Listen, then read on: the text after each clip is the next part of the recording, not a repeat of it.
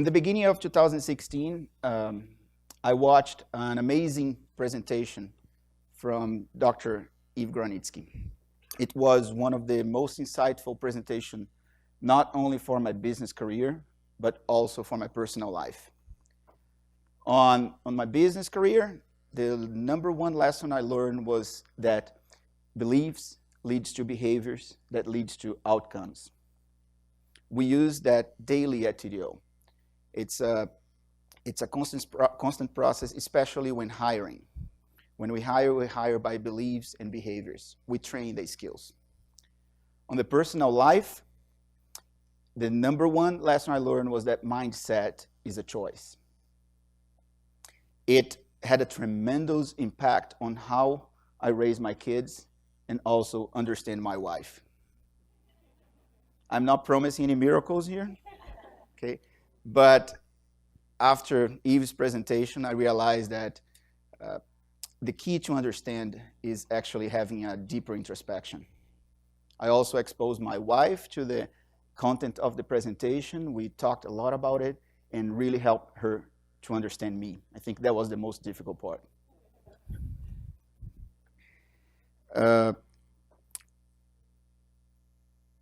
Due to the content of the presentation, how good it was, back then I was like, man, I need to bring her to the TDO meeting. I tried to schedule her to last year's TDO meeting, and she was completely booked up all the way to 2018.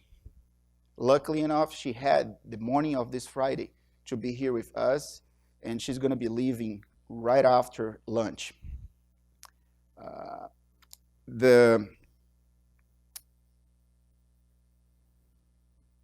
It was very important, the lecture,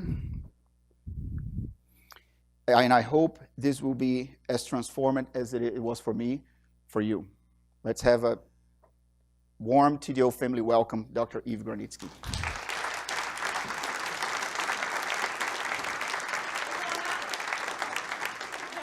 Hang on a second here. Thanks so much.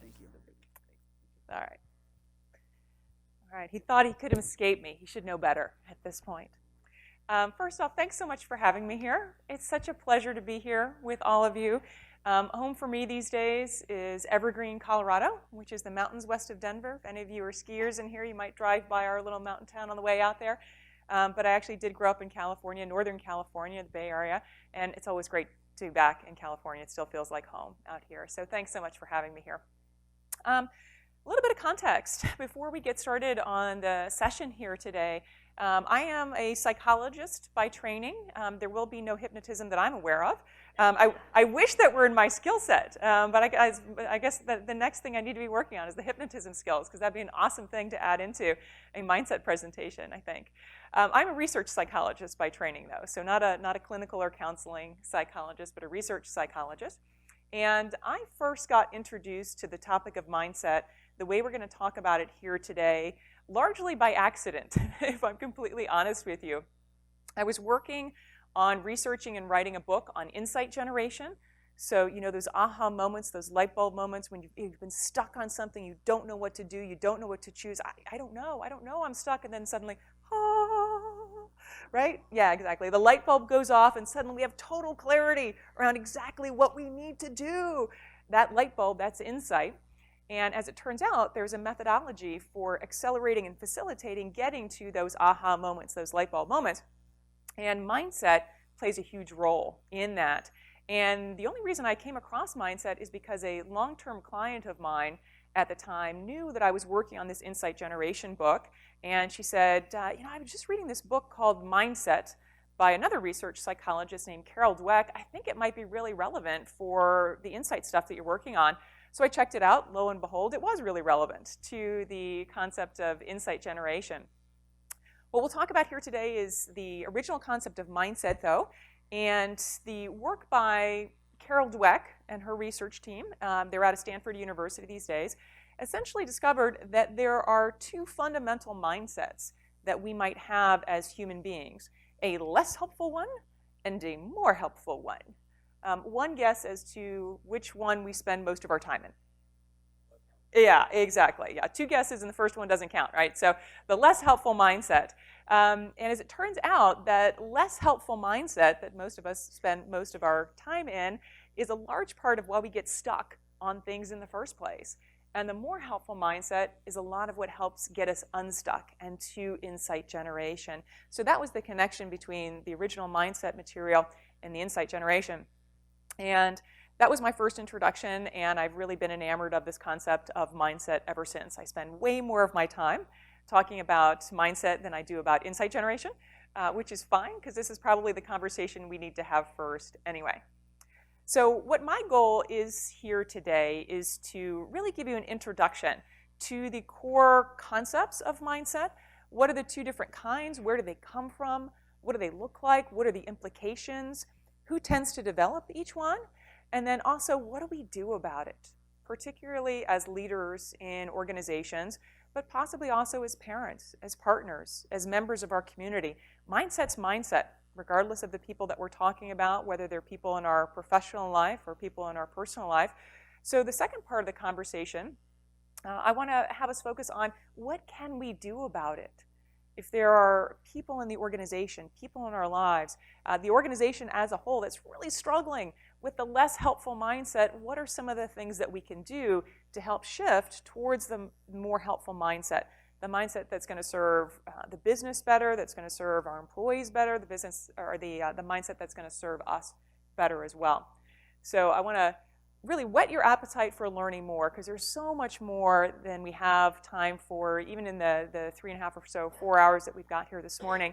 So one of the things that I will do after the session, just so you guys know for some context, is I will send through a copy of the slides, and we'll make sure that those get posted to the website. So if you want a copy of those, yeah, I know I'm a nerd. I like to have them as well. We're trying to be green, so we didn't do handouts.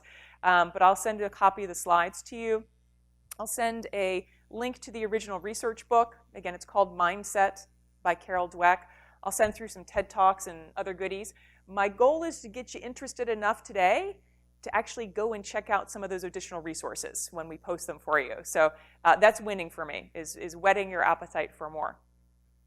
All right, so what I want to do here is begin by just really defining, when we say mindset, what exactly do we mean by that? This is my definition of mindset, kind of my back-of-the-envelope, regular human being language definition of mindset.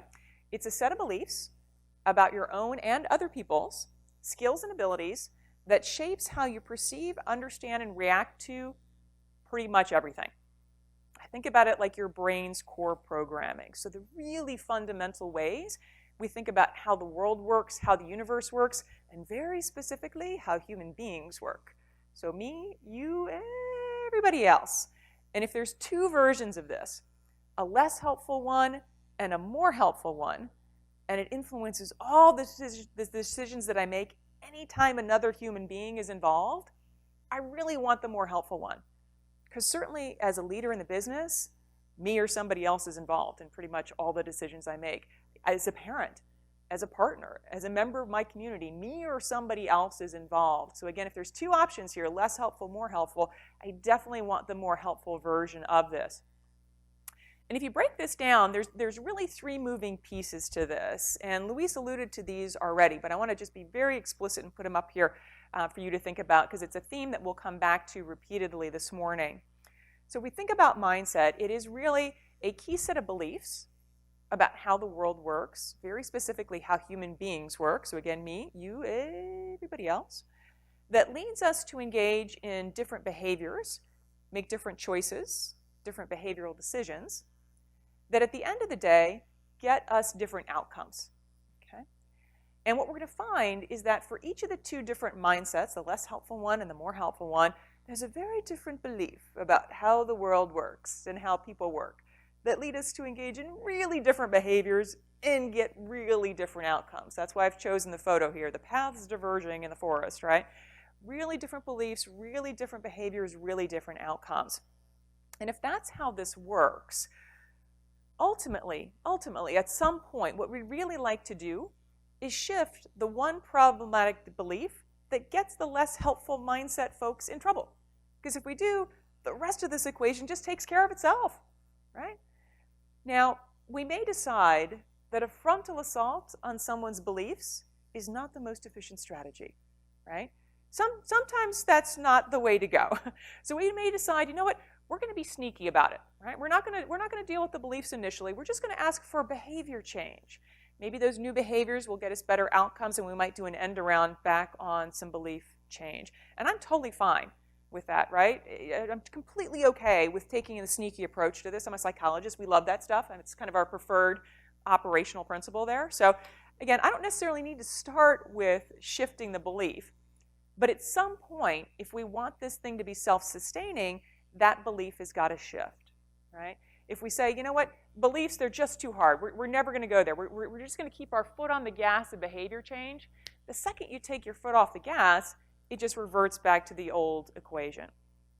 So again, I don't necessarily need to start with belief shift, but at some point, I do need that one problematic belief to shift if we want this equation to be self-sustaining. Now, one thing that's helpful to understand is that when we're talking about the less helpful mindset, it's not that person's entire belief system, that's causing them problems. It's really just one belief that gets us in trouble there. If we can shift that one, the rest of the belief system can stay the same, right? And that, for me, is a much more realistic and palatable undertaking than trying to shift somebody's entire belief system, which is probably more work than I want, frankly, even as a psychologist. So again, there's just one problematic belief. We'll talk very specifically about what that is. And if we can shift that, again, the rest of this equation essentially just takes care of itself. Now, I've been making vague reference to two different mindsets here. I want to actually start to define what those things are. The terms from the original research by Carol Dweck and her team were called fixed mindset and growth mindset, right? Pretty obvious which is the less helpful one of these two mindsets. Fixed mindset, the less helpful one. Growth mindset, the more helpful one. And in the original research, they really did talk about these two mindsets as being quite black and white. It's a either-or situation. You either have this one or you have this one. Boom, that's it. And I'll be honest with you, it's just not my experience of how it works with real people in the real world outside the lab. We're just messier than that. We're just grayer than that. So one of the ways that my work with people and organizations, I think, differs a bit from the original research, which was methodologically great, but was done a little bit more in a laboratory setting, is that I really do think about mindset as a continuum, right? The anchor points at either end are the original concept, so fixed mindset and growth mindset, but I really do think it's a bit more fluid than the original research suggested. More on that as we start to dig into this. But I do want to begin to define the two different mindsets at the tails here. The less helpful mindset, the fixed mindset, these are some things that tend to characterize folks in this space, or us, if we're having that kind of day, which we all do periodically. And we'll look at that later, specifically. So first one there, really resistant to change. Just don't like change on principle. I like stuff to stay the same. Thank you very much. All right. Next one, really struggles with feedback. Get very upset, very emotional, very defensive. All feedback is perceived as criticism, and it's taken very, very personally. Right? You often put off going to give them feedback because you think, I know how that's going to go, and I do not have it in me today to have that conversation. Right? Default response is no. It kind of doesn't matter what the question is.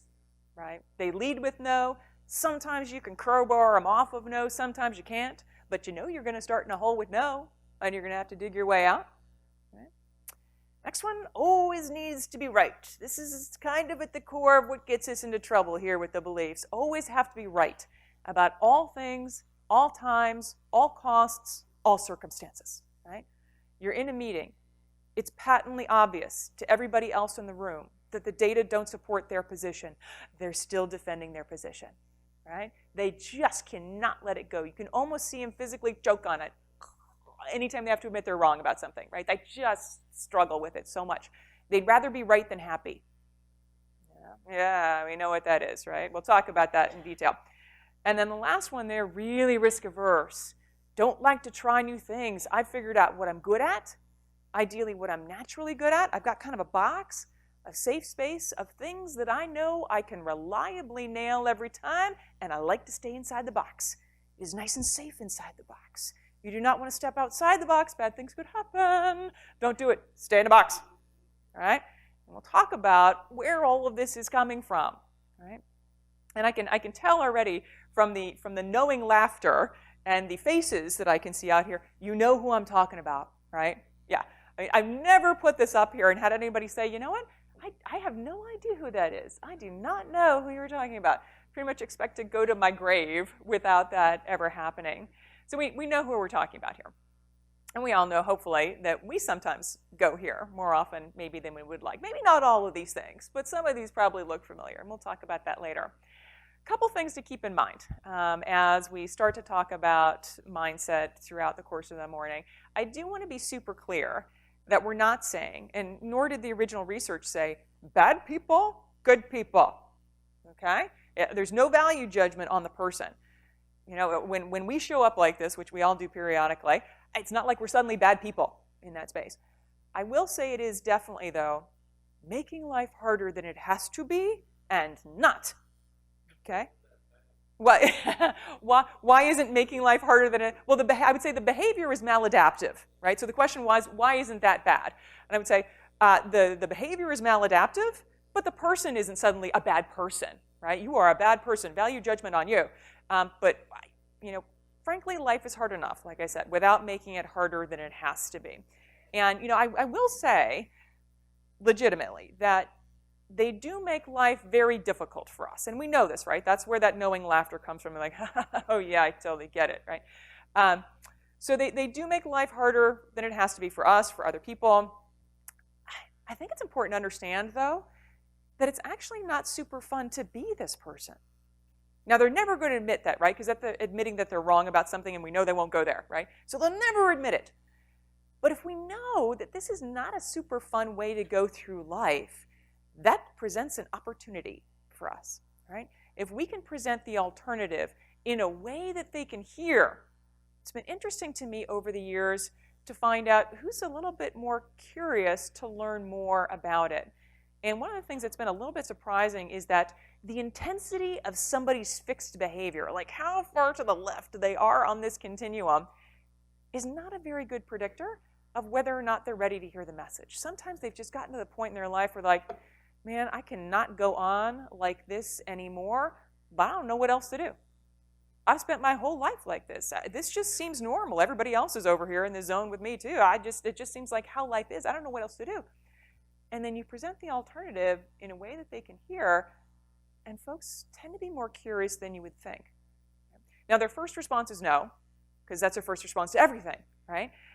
So one of the things that I've learned is the first response is not necessarily the last response. Okay? I will say, let me share with you something that I learned very quickly when I was first beginning to talk about mindset, because I've talked about a lot of things to a lot of people over the years. And one of the things I realized very quickly with mindset is that the people who most need to hear the message are the most resistant to the message, right?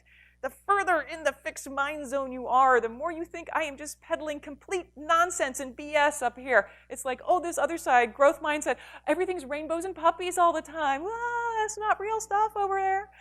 And I completely understand where that is coming from. So if you're thinking rainbows and puppies, I've been where you are. I totally get it.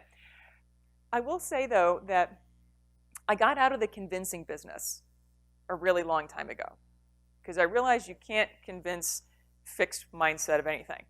So I would recommend staying out of the convincing business yourself. As you're thinking about people who you might want to help shift towards growth mindset as we go through this, whether they're in your personal life or your professional life, the way that I think about my job now, the way I would encourage you guys to think about it as well is no convincing, but open the door, show people amazing stuff on the other side, invite them in, and then it's entirely up to you whether or not you're going to walk through. And whether or not it's today, next week, next month, whenever. But again, it's been interesting to me to see over time who's interested in the message. Okay? All right. So no one would ever go through life like this. Pick this as the way to go through life. If you realize there was another option, right? This does not sound super fun. It's not super fun as it turns out. We'd never pick it if we realized there was another viable option. The other option identified in the original research is what's called growth mindset. Sounds better, certainly looks better as you look at the behaviors here. Sometimes growth mindset is the opposite of fixed mindset, and sometimes it's not the opposite, sometimes it's just different. Right? So fixed mindset, super resistant to change. Growth mindset, by comparison, highly adaptable. So if there's a principled, data-driven reason why we should stop doing this and start doing this, that's fine. I can do it. I'm not going to resist it on principle. Okay? Now, I do want to be super clear about something. It's not that our growth mindset folks are just easily distractible. It's like, ooh, bright, shiny object, another bright, shiny object, squirrel. You know, it's not that. It's not that everything's the best idea ever, rah, rah, I say yes to everything. It's not that. It's just if you can make a business case for why we should do something different, I'll consider it. Right? I can pivot, I can adapt, I can flex if there's a reason to do so. Okay? Welcomes feedback. They genuinely like and appreciate feedback. If they're not getting enough, they will come and ask you for it. They don't get upset. They don't take it personally. It's just information. If it helps me get better, put it right into practice. If not, let it go, let it go. Embraces challenges. They like to challenge and test and push and stretch themselves, right? They assume they can do anything until proven otherwise. That is an empirical question. Okay? Open to other ideas. So if we're in a meeting, my job is not to be right. My job is to get us to the right answer, right? And if you have a better idea than me today, thank you so much for bringing that. We're totally doing that, right? I don't care where the idea comes from. I am totally agnostic as to the source of the idea. The only thing I care about is it the best idea, okay? Now, I will say, if you have a better idea than me today, we are totally doing that. But I'm not going to say yes just to be nice, inclusive, collaborative, kumbaya. No.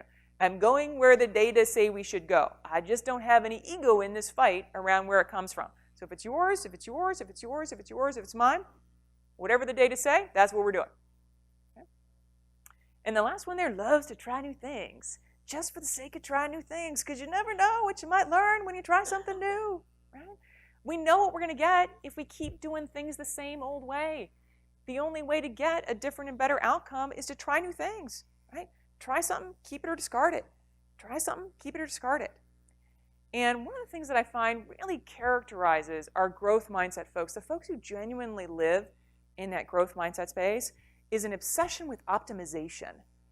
And for me, optimization and improvement are related concepts, but they're not the same thing, right? Improvement, we can do asymptotically forever to perfection, right? You know, half the distance to perfection, half the distance, and you never actually get there. With optimization, there comes a point at which we have got to put a stake in the ground, make a choice, and move on, right? And this obsession with optimization, rather than just improvement for improvement's sake, seems to put some kind of behavioral guardrails around our growth mindset folks so they don't just go spinning off into the ether forever. Oh, like more new ideas, more stuff, I'm never actually doing. If you've got somebody who's doing that, we are not on the mindset continuum anymore. We are talking about something else. And kind of putting my psychologist hat on for a second, this was one of the things that was really kind of curious to me about mindset, which is to realize that most of the time in psychology, when we've got a continuum, you want to be in the middle, right?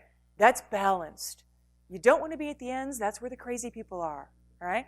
But it's been interesting to me to discover there seems to be no such thing as too much growth mindset. Like, I have yet to find somebody, whoa, they just went over the edge on that mindset thing, growth mindset. I'm not even sure it's possible. Again, because of this obsession with optimization that puts some guardrails on some of these behaviors that if left unchecked, they could go there, but they don't seem to with growth mindset. Okay. All right. Now, I know I'm hoping that we've got a few microphone runners in the audience here. Can I see where you guys are? 1, 2, and then somebody over there. There you go. Fantastic. All right. As much as I love being on the Rockstar stage up here, I would much rather have this be a conversation than me pontificating at you for 3.5 hours. Hopefully that's your preference as well. So I'm giving my microphone runners a heads up. Typically, by the time we get to this point, in a group of this size, right, even in a small group, there's some questions that you've got, some things you want to ask about, you want to pressure test before we go any further. So I'm going to open up the floor to do that, because what we're going to do after this is do our deep dive into belief, behaviors, and outcomes for each of the mindsets. We'll start with fixed first, get the bad news out of the way, hold the mirror up to ourselves, just FYI, that scary bit's coming, and then turn our attention to growth mindset. But again, before we go any further, I want to pause and see what questions you have. And I am going to ask you to be really good little people and wait for the microphone, because we are recording the session and want to make sure that the questions get recorded for the folks who were not able to be with us here today as well. So raise your hand and we'll get you a microphone. Questions, what do you got? What do you got? Oh, right in the front here, kicking us off, role modeling the right behavior here. So let's do it. And role modeling, waiting for the microphone. Thank you, sir. All right, what do you got? So great introduction on this, really interesting. So we have a clinical forum where we exchange cases. So the feedback issue that you talk about, it seems like I'd like a better understanding on the nature of feedback. Our feedback tends to be critical in the sense that we're critiquing cases or critiquing approaches, clinical perspective. And I think all of us have struggled with, being honest with our feedback instead of having to sugarcoat it. But the fear is, well, they'll take the feedback wrong and think it's a personal critique about them. What kind of insight can you give us about how we should configure our feedback? It's hard for us. Yeah, absolutely. I mean, and feedback is challenging for most of us. We'll do a little bit of a show of hands exercise later, taking a look at how much each of us struggle with a variety of different things. My suspicion is the hands will go up a lot for the fear feedback. That tends to be a very popular choice when we talk about that. And I think there's two things. We will actually talk about feedback a little bit later on in some more detail. So I won't steal all of my thunder for the later part of the conversation, but I guess a couple of thoughts. One is, when we think about feedback from a growth mindset perspective, we do want to make sure we're giving it from a growth mindset perspective. We also want to make sure that we're receiving it from a growth mindset perspective. And both of those are really critical. The principle that I have in mind, kind of as an overarching theory when we talk about giving feedback from a growth mindset perspective, is less focus on evaluation judgment, more focus on methods of improvement. So if we can move away from this was good, that was bad, right, wrong, smart, if we can move away from that and instead say, here's how we make it more awesome next time, that tends to be one of the key principles. The example or kind of the framework that I have in my mind for this, because I'm a very visual person, so I always think of things kind of in pictures, is less dancing with the stars judge. That was a 2, that was a 4, that was a 7, and more what I call yoga instructor, right? So if I'm a yoga instructor and somebody in the back of my class is doing the worst downward dog move I have ever seen, I don't go like, huh, woo, that was a 1. Right? It's like the person just feels bad now. They don't know what to do, just not that. So if I'm a yoga instructor, I'm going to go over there. I'm going to correct the form. I'm going to role model it myself. I'm going to explain why. I'm going to point out other people who are doing it well. So from a giving perspective, less dancing with the stars judge, more yoga instructor. Now, when we talk about receiving feedback, because that sometimes is also a challenge, right? It's one thing to learn how to give it. It's another thing for us to learn how to take it better. I think that sometimes is a more challenging piece. One of the things that I keep in mind is, first, you want to actively go seek out feedback. So rather than just waiting for it to come to you, you actually go and ask for it, which I know for many of us is a really, really scary thing to do. Like, we've learned how to get better at kind of stealing ourselves and taking it, when it comes, sucking it up and just doing it, but actually actively going out and asking for it. So that's one thing we have to train ourselves on because it's critically important. Another one is taking some time to process before responding, right? And this is a really important skill set for all of us to develop. I don't know about you guys, but if someone gives me feedback and it feels like an attack, it feels personal, it feels unfair, it's unjustified, I feel like, oh, attack me, I'm going to attack you right back. And then it's attack, and then the power struggle, and that tends to not go well. Very often, if I can let, my amygdala settle down, the cortisol and adrenaline drain out of my body after the feeling like I was attacked, an hour later or a day later, I can think, you know what? They have a point. right? So we want to skip to that point, right? So my recommendation there is do not respond in the moment when somebody gives you feedback, and also do not expect somebody else to respond in the moment. If I give them feedback, I gotta give them a little bit of time to sit with it and process it, because I don't need their first response. I need their best response, right? And we want to skip to that point. So a little bit of time is helpful. Another thing from a receiving perspective is the next time somebody gives you feedback, you have 2 options and 2 options only that you are allowed. Thank you, or please tell me more. Now you can say, please tell me more as many times as your little heart desires, but eventually you get to thank you, right? And thank you is not, I agree with you. It's not you're right. It's just, well, thank you for sharing that with me. I'm now going to go take some time to process, okay? And then the last one, and I have conversations about this last one pretty much every week with leaders and organizations, is be agnostic as to the source of the feedback, which means regardless of where the feedback is coming from, regardless of who is giving you the feedback, you want to consider it before you throw it away, okay? Because I have people tell me every single week, you know what? I am really good about taking feedback if the person giving me feedback has any business giving me feedback. Otherwise, tell it to the hand, because the rest ain't listening, you know? And I totally get that, right? It's like, you don't have any business, you have no idea what you're talking about, right? You've never done this before, you work on a different system, whatever it is. I don't think you have any idea what you're talking about, so I'm not listening to you. And I get that.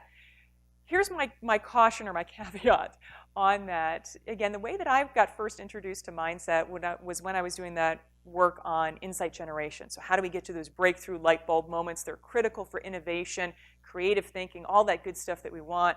In every single story of insight, there was always a specific catalyst, always, that set in motion the chain of events that got us to insight.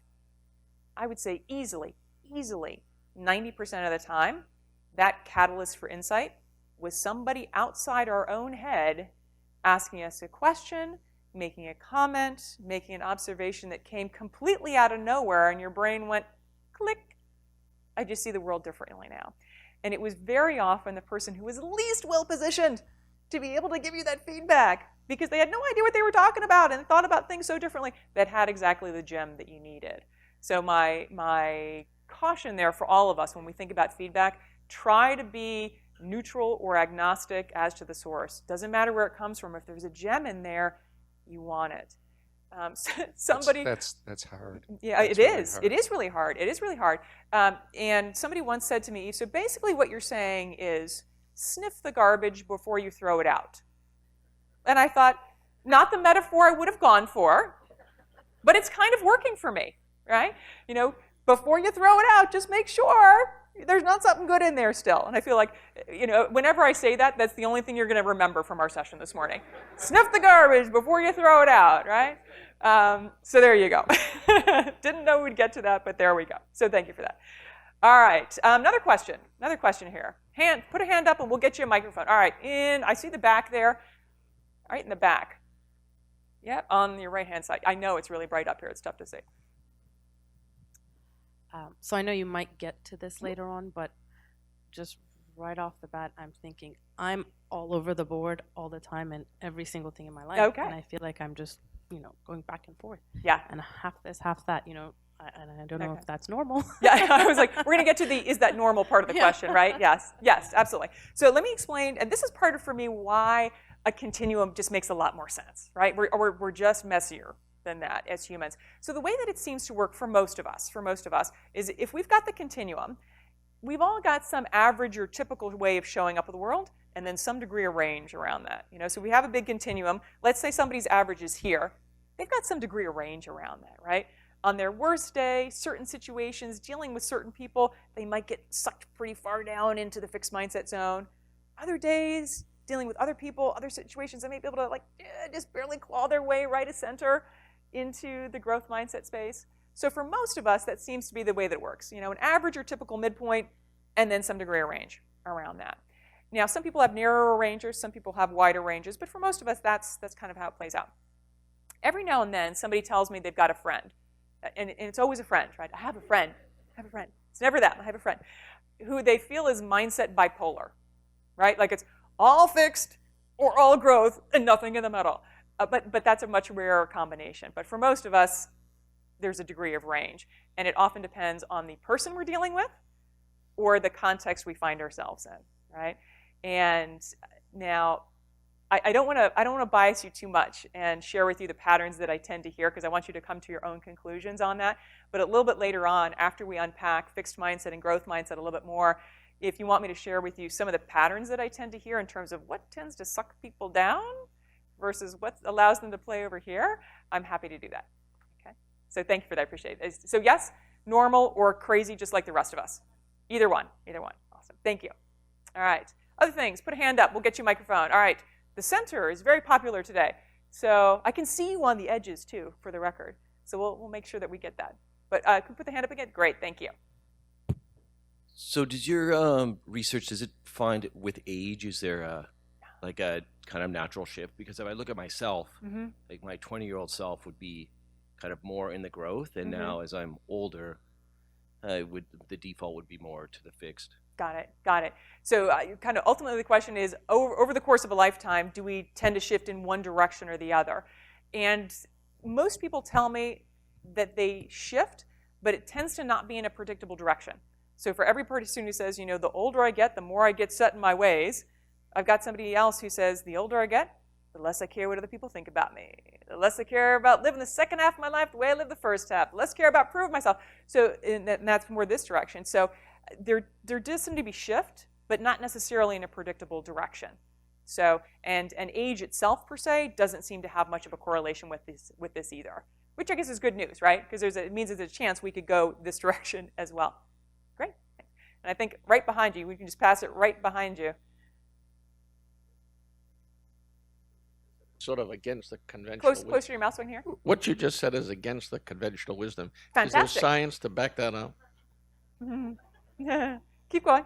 Is there science to back up the fact? Because normally you think as people get older, they would tend to go from growth to fixed. So that's just sort of the conventional. Well, is there science to show that? Absolutely, yeah. The original mindset research by Carol Dweck and her team, it's scientific research out of a university and very rigorous methodologically. The original research book, Mindset, has a lot of that in there. It doesn't read like a research book though. But if you're interested in going into the details there, she's got a lot of stuff in there about that. And I'll tell you guys as well that I have all the same stereotypes in my head that you guys have in your head about how this should work, right? On the left-hand side, fixed mindset, we've got accountants and engineers and, scientific people and all that stuff. Us research nerds, we're over there. On the right-hand side, we've got like ballerinas and chefs and artistes and all that sort of thing. For the most part, those stereotypes actually don't play out when you look at the data. Now, there are a couple of things that do seem to matter. There are some regional differences in concentrations of fixed mindset that I have found as I travel around the world, travel around the country. I think that's a function of culture more than anything else. And then the only other thing that I found really tends to be, not necessarily, I don't know, maybe a predictor, but at least related or correlated to where somebody falls on this continuum is EQ, emotional intelligence. You guys are probably familiar with that concept, right? Not a shocker that our growth mindset folks tend to be higher EQ than our fixed mindset folks. I actually think it's mindset driving EQ rather than the other way around. I'm also not 100% convinced that there isn't maybe a little bit of design overlap, a conceptual overlap between those two concepts, between emotional intelligence and mindset. So we might be just kind of conflating some things at the edges. Yeah, but for the most part, not so much. It's kind of surprising, but kind of awesome at the same time, because it means whatever combination I happen to bring to the table, there's some possibility I might be on the right-hand side, but it also means there's no magic get-out-of-jail-free card that prevents you from getting sucked into the fixed mindset side. So yeah, great question. Thank you for that. All right, I see one over here. I have a I'm not going to reward the squeaky wheel there, but I'll get to you next. So I have a question about the correlation of gender. Somebody flag me to point. Oh, there we go. Okay, yes. The correlation of gender on the continuum. Oh, nice. Yeah. And in an earlier version of this material, I actually had pictures for fixed mindset. There's a guy going like this, and then growth mindset, a person on the other side, and it was a man and a woman. And the only reason it was like that is because I found this picture first, the fixed mindset, and it was so awesome I had to use it, and then I wanted gender balance, and people were like, you sure there's not some sneaky psychology reason why? No, not so much. Although I have had men periodically try to tell me that they think women are more growth mindset than men, and now I say, now you're just sucking up, right? So not that I found. Not that I have found. So I wish I could say yes to that, but no. All right, I think your hand next, and then we'll work our way through the middle. We really have to get some on the edges here. Oh, okay, there we go. So for the future, we've got another one over there. All right. Over there. Well, you told me that growth is like the way you want to go to. But if I look at the 5 points you give, I'm highly adaptive. I'm like a piece of chewing gum. No. If there's a data-driven reason why I should change, I will. Okay, yeah, because that's maybe will get more clear during the lecture. Yeah. For example, if someone tells me, yeah, you have to become a Democrat, I'm like, yeah, of course, why not? And if the next day someone like, no, Republican is better, I'm like, yeah, I'm highly adaptable. Of course, I should be. And the reason is because I don't know. And that's why I welcome feedback. But I welcome feedback because I have no clue what I'm doing. And that's also why I'm open to other ideas. And I love to try new things. I'm not like stuck with things. But if they say, yeah, that's a real challenge, then I'm like, no, that's not for me. So I have some of those growth points, but not all of them. And if I look at your things, then I say, maybe fixed is not that bad at all. When we're in the fixed so you understand mindset, we my think confusion. it's not that bad. Yeah. Right. Thank you. Multiple thoughts here. One, again, if you recognize some elements of the left and some elements of the right in yourself, you're just like all the rest of us, right? Again, that's part of why the continuum makes more sense. Yeah, we're crazy, just like we're all special, just like everybody else. Same thing for a blend for most of us. And again, if you've got somebody who is just the second everything new comes along, they're after it. We are not on the mindset continuum anymore because that is not optimized. Right? It's just not optimized. So if you've got somebody who's flighty, we're talking about something entirely different. And again, that's the thing that was so interesting to me around the optimization piece. That's the thing that seems to put some guardrails around this.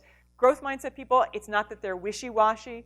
It's not that they're a pushover. It's just, hey, if you can make a business case, a compelling business case for why I should consider something else, I'll do it. You got to make a case for it, right? Because I'm not just going to say yes to you. But if you can do that, I'm at least open to consider the possibility. Whereas fixed mindset, rigid. My father likes to describe fixed mindset people as, I'm right and that's all I know. Which is not what we're going for, hopefully. Right. Thank you for that. Thank you. Yes, go ahead. How do you reconcile what you believe yourself to be versus what others may think? Yes. For example, like I would think on the growth side, I'm open to other ideas. But if you ask my wife and my staff, they'd say, he always needs to be right. Okay. So let's see, multiple options in terms of how to answer that question. I would say back in the day when I first started talking about mindset, I actually did some self-assessment exercises with folks in sessions. Like I'm an experimental social psychologist, so I like to try stuff. I'm an empiricist, let's see what works. I stopped doing that at a certain point because I realized we're not that awesome at being able to assess ourselves on some of these things. So what I've moved to instead, and that I find tends to be more relevant as well as more accurate probably, is if I've got a group of people who know each other well, obviously this is not something we're going to do today because the logistics wouldn't work, but you might think about doing it in your company, on your team. You could do it in a family if you were that brave as well. Is everybody takes out a blank piece of paper, puts this continuum on there from fixed to growth, put a little midpoint in there, put your name on it, and then let's say we're doing this on a leadership team. Everybody sends their paper around. And it comes around, everybody puts an X on there for where they experience you. And if you do the really brave version, everyone puts their name next to the X. So you know who's giving you, I know, scary feedback, right? So you know who's giving you the feedback. So if somebody puts you way to the left, you can go to that person and say, help me understand, like, what am I saying or doing that led you to put me over here, right? So we're not that good about self-assessing, but we're pretty good about being able to spot this stuff accurately in other people. So the thing that I would recommend, again, if you got kind of the intestinal fortitude to give it a try, is do some version of that. It's a kind of a quasi 360 or a peer feedback exercise where once everybody understands what fixed and growth are, you ask each other for feedback and get that. And what I discovered back when I was doing the self-assessment versus others assessment, for most of us, there's about a 30% discount factor. Wherever you think you are, subtract about 30%. And that's about the average of where other people put you. Okay, just to give you a preview of coming attractions, if you do this, don't feel bad. That's what happens to most of us. And the other thing that I found as well is that if you have enough people giving you feedback, and those people are willing to be honest with you, if you imagine this whole continuum as 100% of the scale, most people will get back feedback that uses at least 50% of the scale.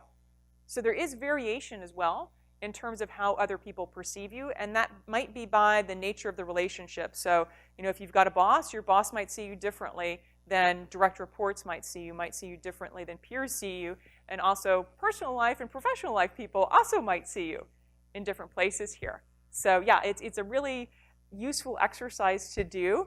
I realize it can be a little bit scary, but so valuable, because again, people don't respond to your version of yourself. They respond to how they experience you, right? Not how you experience yourself. So thank you for that. Appreciate that. All right. Yes, go ahead. My question relates back to Gary's original question about feedback. Yeah. So we're in a clinical group on a forum. As far as feedback is concerned, what has been your experience when, let's say, somebody is given the 2x4 treatment, is what we call it, on our forum. So what's your experience as far as having a person become from a fixed mindset to a growth mindset, getting that kind of feedback?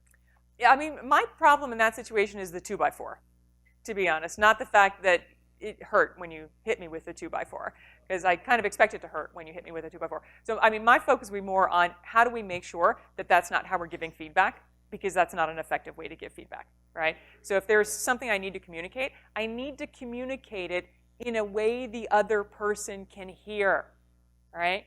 And again, this is one of these places where we can get into a real difference in terms of what my intention is when I say something and how other people interpret it. Because typically, let's assume we're not evil, right? So I didn't mean to hit you with a 2x4, but I did, right? And I think one of the most important things that we need to learn as leaders, whether it's feedback or anything else, is that we need to lead and coach other people in the way that's most effective for them, not in the way that's most comfortable for us, right?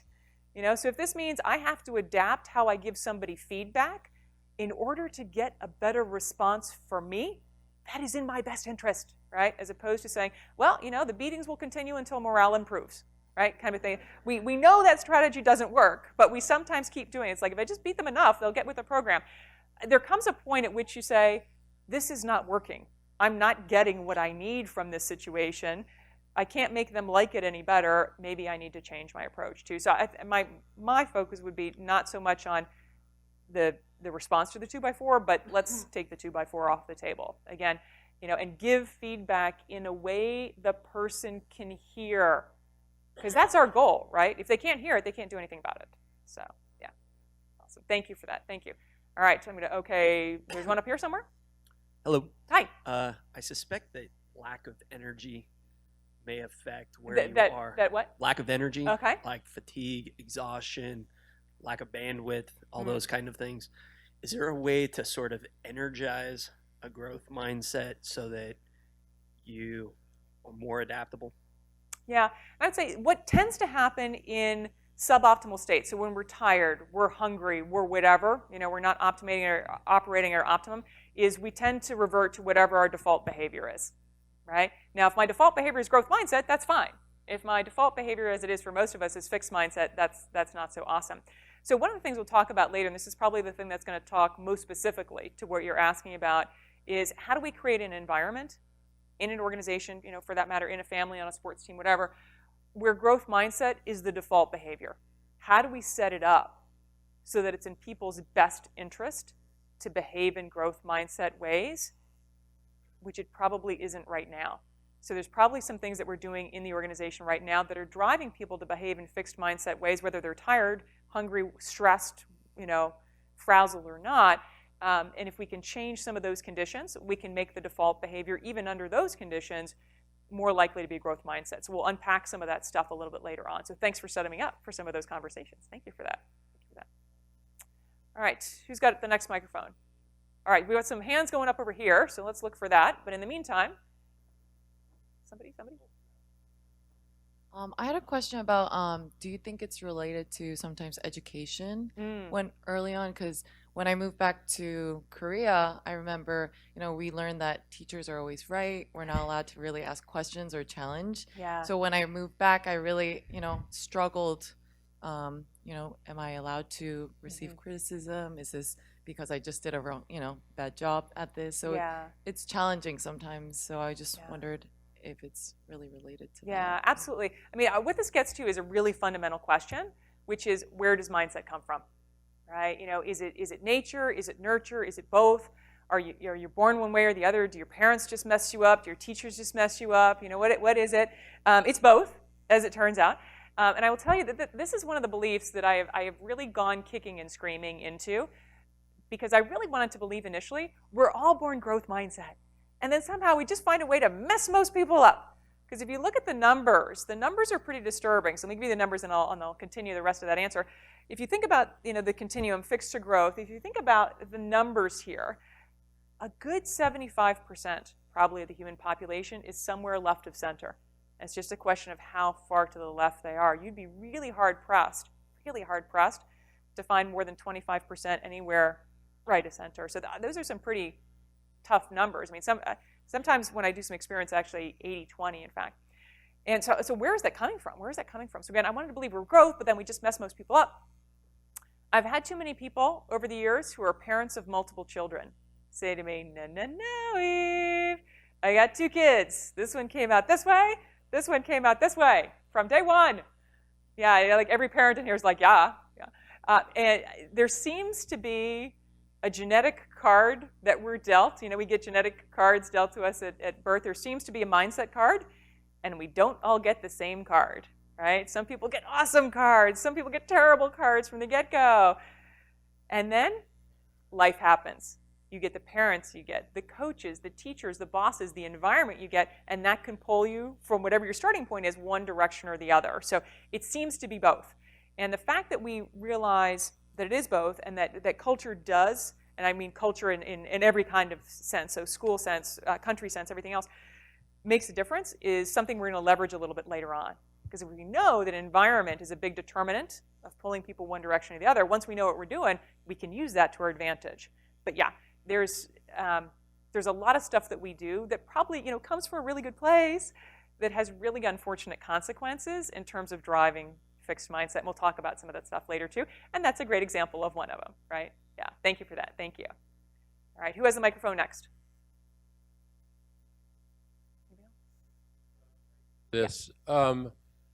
I've had a couple people in my life who were socially functional sociopaths. Oh, good times. And nice. No, I wish I'd learned to identify them much earlier in my life. Yeah, don't we all? But now I know what they look like. Yeah. And they kind of look like hyper versions of your fixed person here. And my question is, are these people just 99th percentile fixed mindsets, or are they actually off this chart and represent true pathology / evil? I'm thinking this is an offline conversation for you and me, to be entirely honest. So that might require more detail than we have time for. So, I mean, a genuine offer, if you want to talk about it offline, let's talk about it offline. But it's my suspicion, a conversation that is not appropriate for the whole group. So hold that thought. Right. It is a genuine question. And, everybody, or a genuine offer for you. We all, when I describe fixed mindset, again, specific people are definitely springing to mind. If you have questions about those specific people, we can talk about those offline. I talk to people about everybody in their life, right? Their bosses, their direct reports, their employees, their kids, their partners. I do a spousal retreat version of this. Those conversations are exactly as interesting as you think they are. So that's all on the table for offline, so we can do that. All right. Other ones, other questions, other things. Other hands out there?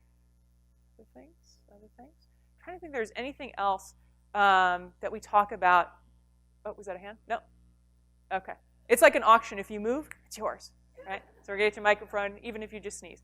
Try to think about it. So we get 75, 25. Demographics don't seem to matter too much. So other things that we might test. So personality profile type things. So Myers-Briggs, DISC, Insight, PI, StrengthsFinder, all that stuff doesn't really seem to predict where people fall on this continuum. And again, that's kind of cool because it means whatever particular combination you bring to the table, there's some chance you could be on the right, but nothing that will necessarily prevent you from getting sucked into the left-hand side.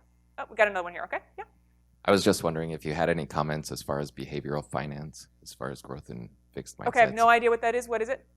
Behavioral finance? The psychology of people and how they handle their money. Yeah, we're getting back to the crazies, right? We're getting back to the pathology thing. I that's not an area of expertise of mine, so I don't have any particular. Keep the microphone there for a second, though. So I don't have any particular expertise on that. Is that an area that you have some background, or do you have a kind of a theory or something you wanted to pressure test? No, ma'am. Okay. So it's the blind leading the blind here. Okay, fair enough. Well, so I don't, but so it's as curious. far as investing. What's that? As far as investing, investing. There are people. That's a whole branch. Yeah, I don't know. I haven't looked at that, and I'm not sure that anyone has looked at that. But now of course, I'm curious about it. So that'll be the thing that I'll be Googling on, at the airport later today. I will say that most of the original research was done in kind of individual private life settings, so not in business settings per se.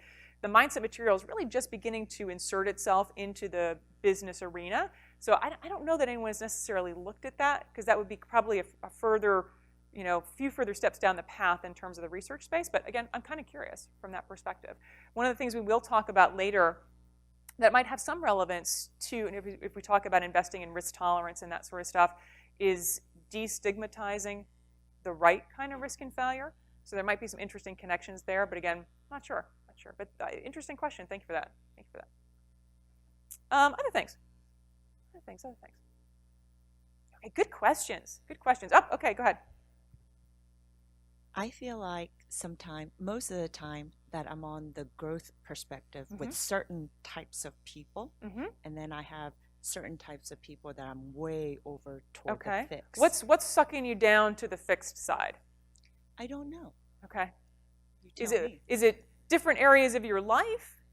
Yes. Okay. What are those? Well, I think I'm more over there with work. Okay. And patients. Okay. And staff, and then I'm at home. Okay. I'm more way over toward the fixed. Got it. Everybody's nodding their head. Yeah, and everyone is nodding their head. You might not be able to see it. Everyone is, because this is the number one distinction that I hear. When I got the question from the woman right behind you, I said there are very particular patterns that I tend to hear. This is the number one pattern that I hear. I feel like, I'm all growth mindset at work. I love to challenge and stretch and test and flex. I love feedback, all that good stuff. I get home, I like what I like. And I like that I like what I like, right? So it is by far the most common pattern that I hear. And yeah, and we hear, I have a lot of different conversations about this. Why is this, right? Because the stuff on the left, the personal life, that's usually family stuff, right? It seems to be the family stuff that sucks us into that. And there's a saying in the psychology space, why is it that your family can push your buttons better than anybody else?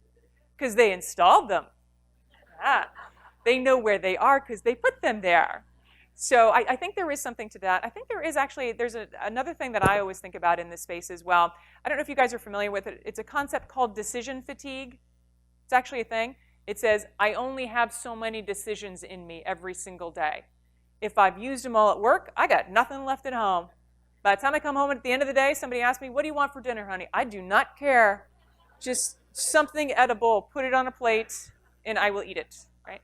Yeah, it's a thing. It's a thing, right? It's often been used to explain why Steve Jobs used to, and Mark Zuckerberg still does, basically wear the same outfit every day. If I don't have to blow one of my decisions on my outfit, I got one more I can use for something useful. Okay? So yeah, so it is by far the most common thing that I hear, and I think there's a number of reasons for it. And it might be worth thinking about, what are the things at work in my professional life? What are those conditions that actually allow me to play in the growth mindset space? And can I create some of those same conditions in my personal life and in my relationships as well? One of the things we'll do later on is a little bit of analysis on our own companies, our own organizations. I'm going to ask you to lift the lid, kind of look around in there a little bit at some of the behaviors that are going on. It might be worth actually kind of doing the same thing in your personal life and family life and look at some of the behaviors there. Oh, it looks like follow-up question, yeah. Well, I think maybe at work with strangers or semi-strangers. I'm going to move the mic a little closer. That you're able to relax a little bit more and you give them a little more leeway. At home, they should know better because they already know how you are. They should not push your buttons. Very funny. So the problem is our expectations management. People should know better. They should know better. One of the other books I'm reading right now, and your comments are just making me think about this, is kind of a classic. I think the original book came out, or the original version of this book came out in the 1950s, so it's kind of taken a while for me to get to it. But it's a book called The Four Agreements. I don't know if any of you guys have come across it. Really interesting book, basically for successful, happy, stress-free Zen living in a nutshell. And one of the four agreements, and this is the one that caused me to read it in the first place because I thought I need some help with that, is don't take anything personally. Anything. Nothing. Nothing. Nothing. Anybody says, even if it's about you, is about you. It's about them and their stories and their perspective and whatever. And I feel like I like feedback, for example, I take very personally, right? Because I'm trying to be so good and I'm trying to perform well and deliver what everybody needs. So I take feedback very personally, and that makes it scary and hard for me, and all the same things I know everybody else in this room tends to struggle with too. And one of the things I've realized, if I can, for those brief moments, those brief fleeting moments, when I can actually step into that space of don't take anything personally, it's like a superpower. I am like invulnerable. Nothing bothers me at all. And then I fall off of it, right? But it's great when I'm there. So if that's something that is interesting to anybody in this room as well, I think that's where, it's so personal at home because it's about you as a person very often, whereas work is about you and your behavior and your work professionally often.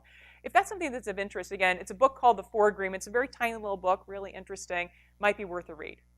Okay, so thank you for that. Thank you for that. Oh, more hands from that. Okay, go ahead.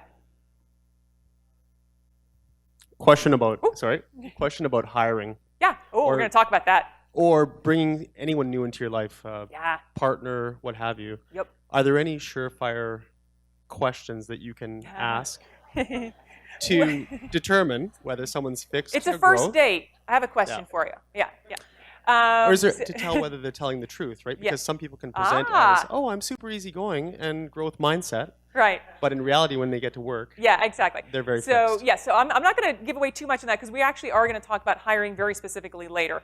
Talking about professional hiring, but some of the principles might apply. They probably would, actually, now that I think about it, for personal life as well. So we'll talk about like literally two things. You could leave here today and do differently, and you could have a better hit rate from a hiring perspective. One of the things, and this is going to be less relevant for personal life, but in the future more relevant for professional life, one of the research projects I'm leading right now is to develop a mindset assessment tool, because it'd be really awesome if we could just put people through a tool like there is for EQ and boom, they just tell us. And so that's one of the things I'm working on right now. So again, if you guys are interested in that, come catch me at a break, and I'm happy to share that information with you. But even without that, there's two other things I'll share with you that we can do like literally today. So we will get to that, absolutely. Awesome. Yes, go ahead. And then we've got some here in the front too. How much of power and control plays into either? Yeah. It is much more relevant and critically important to the people on the left than on the right. Right? A lot of power struggle stuff on the fixed mindset side, very much coming from a place of scarcity. There's only so much of whatever to go around. If you have more, I have less. My job is to make sure I'm at least getting my fair share. And if I need a little bit of yours as an insurance policy to make sure I don't get shortchanged, well, you know what? I just played the game better than you did. So don't look at me like I'm doing anything wrong, right? You're doing the same thing. So yeah, we see a lot more of that behavior on the left than on the right, right? Coming from the right place of abundance, plenty for everybody to go around. It's not pie. If you have some, it doesn't mean less for me, right? So yeah, for sure. Yeah. Yes. Somebody here? Yeah.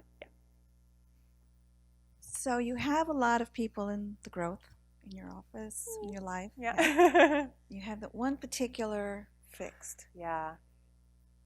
Besides proceeding with caution, how do you try to change? Yeah. How do you approach? What do you say? What Yeah. do you do? Yeah. Well, I would say we're going to get into like 5 things we can do later. So I'm going to say hold on most of that. However, I am going to give a little bit of context for that question for later.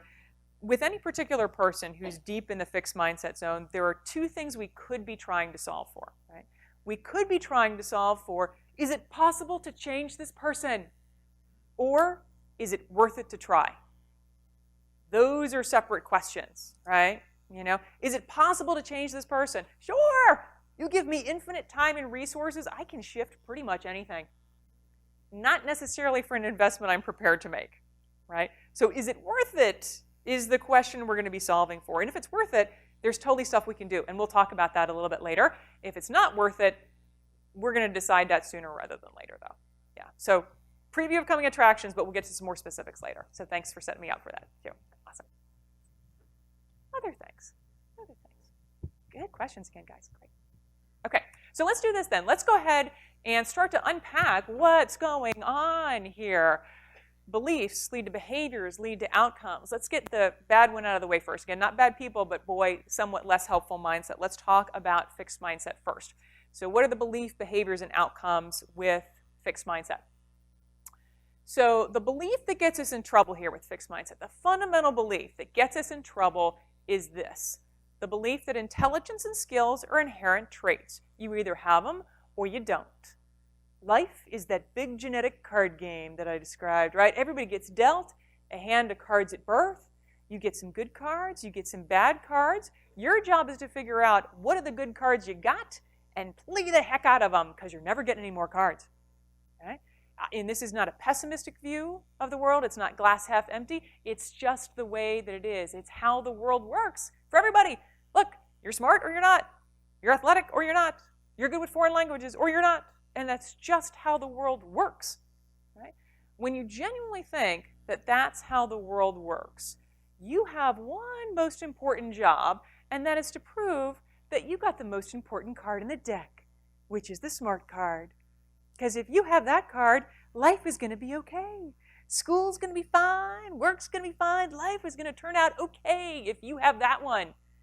And if you think back to where that desperate need to be right all of the time comes from, it's this. If I'm right, it means I'm smart. If I'm wrong, it implies I'm stupid. And we are not going there. So my job is to prove how smart, talented, awesome, amazing, ideally perfect I already am. Because if I am, I look smart and I win. Okay? Now another thing that works for me, in addition to proving how right and smart I am, is proving how wrong and stupid you are. That also works great for me, because if you're wrong and stupid, that implies I'm right and I'm smart and I win. So both of those strategies work, proving how right I am or how wrong you are. Okay? And if you genuinely think that this is what you're supposed to do, and again, nothing weird about this, y'all are doing the same thing I'm doing. I'm just trying to play the game better, so again, don't look at me like I'm doing anything weird. If this is genuinely what I think I'm supposed to do, prove myself. Prove how smart, talented, awesome, amazing, ideally perfect I already am. The other 5 behaviors we get here, they make total sense in this world. They're just really unfortunate. Right? So the first one is you avoid challenges. If my job is to prove how smart, talented, awesome, amazing, ideally perfect I already am, why would challenges not be so awesome? What could happen? Yeah, you could fail. And if you fail, it's because you're a failure. Remember that box? That safe space of things that I know I can reliably nail every time because I got the cards for that? You want to stay inside that box. It is nice and safe inside that box. You stay inside that box, you look smart, you win. You step outside the box again, bad things could happen. Stay in the box. Right? Now, related to this, let's say you actually do get them to try something new. You usually got to force them because they don't want to do it. Very scary. Right? So you give them a big giant shove. Force them to try something new. Lo and behold, they're not perfect at it the first time out of the gate because that's not how it works for any of us. When we try something new, they have a tendency to give up easily. Right? I didn't want to do it. You forced me to try something new. I failed. I am out. I am going back to my box. Right? And there's probably a number of reasons for this. First is they're not used to failing at stuff, right? If I stay in my box with my cards, the stuff I know I can reliably nail every time, I don't fail a lot. Second I stepped outside, I failed. That felt super humiliating. I would really rather not feel that 10 more times. And that's how this is going to go. Because if I tried it and I failed, I don't have the card. No amount of trying repeatedly and failing repeatedly and being humiliated repeatedly is going to get me the card if I don't have the card, because it doesn't work that way. Okay? And they have a tendency to say something very specific to you when you force them to try something new. They didn't want to do it and they fail. Told you so. Told you so. I was right all along. You never should have made me do it. And you think, oh my gosh, I totally understand where that's coming from now, right? The failure was super humiliating. I can at least save some shred of dignity, self-respect, self-esteem by saying, at least I was right and smart. You were wrong and stupid. You never should have made me do it. You think, oh, I totally get it. Totally get it. And somebody said something really interesting to me some time ago about this, which is that failing, which is what giving up easily is, right? Failing. If you're fixed mindset, or if you're in the fixed mindset zone, failing is quitting is giving up easily, right? Quitting is giving up easily. If you're fixed mindset, quitting is a lot better than failing, right? Quitting is me deciding, who wants to play this dumb old game anymore? It's so stupid. I mean, I could, but it's so dumb. I'm not going to, but I could, right? That's way better than I gave it everything that I had and I still wasn't good enough. Oh, that's the put the knife in there and twist that around, right? So in fixed mindset, quitting is way better than failing, because that's me deciding rather than it deciding. Okay? Next one, disdain effort. Effort is for people who aren't good at stuff. If I'm naturally talented at something, I don't have to work at it. It just comes to me naturally. I'm such a natural singer, artiste, chef, mathematician, whatever it is. I don't have to work at it. I just have the card. Right?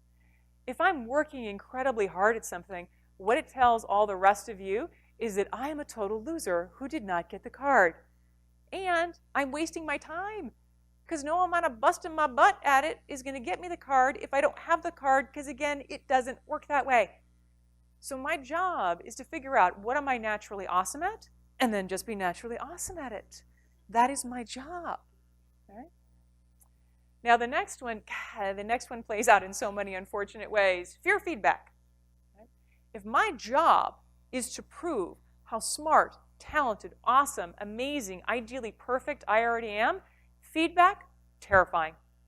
Feedback is an opportunity for somebody to say to me, Eve, not enough, not smart enough, not funny enough, not rich enough, not fast enough, not whatever enough. And if it's not enough now, it's not enough ever, because those are the cards you have. You think, wow, if that's what feedback sounds like in your head, not enough now, not enough ever, nothing you can do about that, it really is unfortunate for you.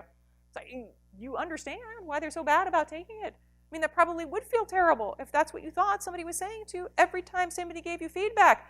Man, you are terrible at that, and that's really unfortunate because there's nothing you can do about it.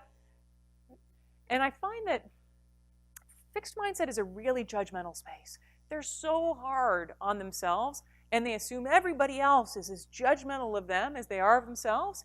And it's a very black and white world, too. There's right and wrong, smart and stupid. A on the exam, or you might as well have failed it. Zip in the middle. And it's all on the line every single time. You're only as good as your last performance, and it's win, lose, nothing in the middle. I just get exhausted even just thinking about what it's like to go through life like that. And then last but not least, resent others. When somebody else is better than me, that by definition diminishes me, right? So your awesomeness makes me less awesome by comparison, and I am not cool with that, right? And it's very much coming from a place of scarcity we talked about, right? Limited resources, not enough to go around. If you have more, I have less. I'm not okay with that.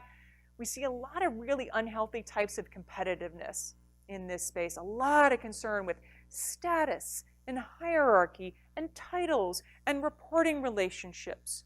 Who has the bigger office? Who has the closer parking spot? Which kid got the bigger bedroom or painted it the color that they wanted, right?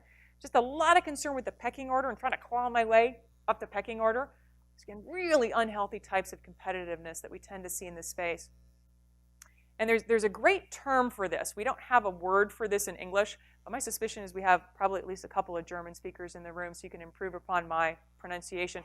But there's a great term for this in German, Schadenfreude, delight in the suffering of others. And you're like, oh, what a horrible concept. But I understand exactly what it is when you say it, right? Somebody else trips and falls on their face, you're like, less awesomeness for you, more available for me, all right? And it's like, oh, it's one of the least appealing parts of human nature, but we all recognize it. We don't have that word in English, Schadenfreude, but we recognize what it is. Apparently there's a word in Dutch, same concept. There's probably words in other languages. We just don't have it in English. I kind of feel like every reality TV show or like America's Funniest Home Videos show is an hour of Schadenfreude TV. Like bad things happening to other people and us being like, ha ha, my life is so much better than that by comparison, right? So not a really appealing part of human nature, but apparently a pretty universal one because I find those programs all around the world, right? Now, outcomes is the end game, right? Beliefs lead to behaviors, lead to outcomes, right? We saw the belief, intelligence and skills are inherent traits, you have them or you don't. These are the behaviors you tend to get as a result of that belief. And when we talk about outcomes, because that's the end game, right? That's the thing we're most interested in. Personal performance, professional performance, whatever the realm is, what we tend to see is a very particular pattern of performance in fixed mindset. I will figure out what are my cards, right? What are the good things that I was dealt? What are my strengths? I will play to those strengths and improve to a certain point. But there comes a point at which if I want to get any better, I'm going to have to engage in behaviors that are too scary, too risky. I could fail, I get afraid, and I plateau. I get to the point where I know I can reliably nail it every time, and then I just stay there. And that, for me, honestly, is one of the most heartbreaking pieces of fixed mindset. I'm so busy trying to prove how awesome I already am that we'll never find out how awesome you actually could be. I mean, by definition, you've got another gear or two or three that we're never going to see because fear of failure is holding you back. You know, and I don't know about you guys, but the older I get, the less okay I am with fear driving the bus. You know, fear making my decisions for me. I alluded earlier to the amygdala, right? Amygdala, brainstem structure, lizard brain, you know, back here, primitive stuff, controls things like fight or flight, rage, fear, primitive emotions, all that stuff. Super useful brain structure, right? If I'm out for a run somewhere and there's a rabid dog coming at me, I want my amygdala to light up like a Christmas tree and get me out of the danger zone, right? I'm not sure it's the part of my brain that I want making most of my higher order decisions for me. You know, I'd rather have some of the stuff up here in the front doing that. But there's a lot of amygdala, there's a lot of lizard brain decision making here in fixed mindset. Fear of judgment, fear of criticism, fear of failure, fear of imperfection. It's just not a great way to go through life. Just not a great way to go through life. I wouldn't choose it for anyone, not my employees, not my kids, not my partner, not myself, and yet most of us end up here. Okay. The good news is there is another option, which is growth mindset. However, there's one thing we're going to have to tackle before we get to that, which is holding the mirror up to ourselves, right? Because it's so easy to look at all these things, think of people that you know in this space and be like, yeah, you all need to stop doing that because that's really bad. You should stop doing that, right? Kind of like charity begins at home, so does fixed mindset, okay? So we're going to hold the mirror up to ourselves here a little bit before we talk about the better option. Hold the mirror up, take a look. Yeah, I find a little humor diffuses the stress involved in this exercise. So take a look and see where all of us individually struggle with some of the components of fixed mindset, okay? So what I'm going to ask you to do, I'm going to put the components of fixed mindset up here. If you have something that you can write with, I see a lot of you have notes, pen, pencil, crayon, stylus, whatever you got. If you actually can write some things down, that would be great. If you don't have something to write down, just make a mental note. If you can write, though, I do find that it helps this stick a little bit better. So if you got that option, that's great. I'm not going to collect it, although I am going to ask for a little bit of feedback here in just a moment. So I'm going to ask you 3 questions. They're individual questions just for you. Okay? Question number 1 is probably the most painful, but it's also probably the easiest question, which is, of the 6 components of fixed mindset, which you've got up here on the screen, what are the maybe 1, 2, or 3 that you struggle with the most? Maybe not all the time, maybe not with everybody, but if you're totally honest with yourself, what are the maybe 1, 2, or 3 of these 6 things that you feel you struggle with the most? So take just a minute, think about that. If you got, again, something to write it down with, go ahead and write it down. I will tell you, I am not a gambling person because I'm actually really good at math, and I understand that that doesn't work in my favor. However, I would be willing to bet that in a group of this size, there's a large handful of people picking each of these things. So don't feel like, oh, I can't pick that one because nobody else in this group is going to pick it. I guarantee you, you will have friends, regardless of what you pick. Okay, so just be honest. Just pick whichever ones you feel you struggle. Go ahead and pick those. Write those things down. None of them are any better or any worse than any of the other ones. They just are what they are. Okay. All right. So this is usually the most straightforward question. I should mention as well, 0 is not a good answer to this question. Right? If you look at all 6 of these and think, yeah, not a single one of those seems familiar at all. Yeah, your answer is number 7, denial. Okay? So if you're not picking any of them, you get number 7, the denial option. Okay. All right. So question number 2 is a little bit harder.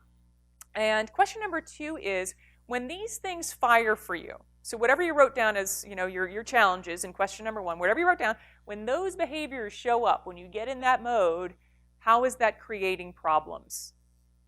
Might be problems for you, might be problems for other people, might be problems for your business, might be problems for your relationships. How is it making your life less awesome than it could be? And this is a good question to ask somebody in your life, personally or professionally, who you consider a trusted advisor. Someone who knows you well, someone who's willing to be honest with you, will say it to you in a way you can hear, and ask them that same question. When I get into these modes here, whatever your challenge issues are, how is that impacting other people, other situations around me? Because you may be somewhat aware of the impact that it's having on others when this stuff shows up for you. You may not be fully aware of that. And this is particularly true. The more senior you are in an organization or a group of people, the less aware you may be of the impact that your behaviors are having on other folks, because people buffer you from that and they're afraid to share with you honest feedback. So again, if you've got a trusted advisor in your life somewhere, personally or professionally, you can ask this question. I would encourage you to think about that as well. Okay. And then the third and final question, you probably know where I'm going on this, is what are you going to do about it? Right? All right, I know what my problem areas are. I know the things I struggle with. I got some sense of how it's making my life less awesome than it could be. Creating problems for me, for my business, for other relationships, for other people. What am I going to do about it? Okay, so take a minute, think about that, write something down for me on that one. You can write nothing. Nothing. I'm not going to do anything about that. I'm cool with it. Not my first choice for you, but you can. And the more specific you can be, the better. Because if you just write down, I'm going to work on that, nothing will ever happen, right? So the more specific you can be, the better. And this is another one that's really good to ask that trusted advisor in your life, right? Somebody who personally, professionally knows you well, sees you operate in this space, still loves you, right? And can give you some feedback on this. Because very often people tell me, again, I got a pretty good sense of number 1, know what my issues are. I know how it's creating problems for me. I have no idea what to do about it. I have no idea. I've been doing this my whole life. I have no clue what another way to behave is. So if you're struggling with that right now, I understand. I would say keep at it. See if you can come up with at least one thing, right? So I'm not going to let you off the hook that easy. You guys know me well enough already to know I'm not going to let you off the hook that easily. But I would say consider it your first draft, right? Just your first initial thoughts on this. And really helpful sometimes to get another perspective on it. All right. So questions 2 and 3, I'm not going to ask for a report out on. That's your homework, right? Those are follow-up conversations to have with your trusted advisors. Could be somebody in this room. Partner up with somebody in this room who knows you and ask that as well. I am curious, though, what our distribution of responses in the room is across 1, 2, 3, 4, 5, 6 here. So I'm just going to do an easy show of hands exercise. If I've got a smaller group, I count them up and we actually put the numbers up there. Obviously, we're not going to do that today. We've got too big a group to do that. But show of hands will give us a sense of what the distribution is across the room, because I tend to see some pretty particular patterns in terms of what the distribution of responses is. What are the problem boxes, challenge boxes? And I'm always just kind of curious in any group that I'm working with, whether it's the same kind of pattern or there's something different going on. Okay? So what I'm going to do, I'm going to read them out one at a time. if that's one of the things you wrote down as one of your challenges, just raise your hand and look around and see kind of what the distribution is with me across the rest of the room, and we'll just see, okay? So if you wrote down look smart as one of your challenges, put your hand up for that one. Oh, often a popular choice. Okay, all right, pretty good. How about avoid challenges? Avoid challenges. Okay, okay, look around, take a look and see the distribution. Okay, very good. How about give up easily? Give up easily. Okay, got it, fantastic. Disdain effort. Efforts where people aren't good at stuff. Hello, put your hand up for that one. Okay, great, thank you very much. Fear feedback. Oh, hello, everybody. Okay, often a popular choice. And then last but not least, resent others. Schadenfreude, my Schadenfreude people. Oh, we have a lot of Schadenfreude in the group today. Okay, fantastic, thank you. I want to give special props to the Schadenfreude team because I know it's hard to cop to that one. I know it's like, okay, yeah, I just struggle with looking too smart, right? Versus, oh, resent others. So I understand how hard it is to raise your hand. So good on you for being willing to do that and being brave.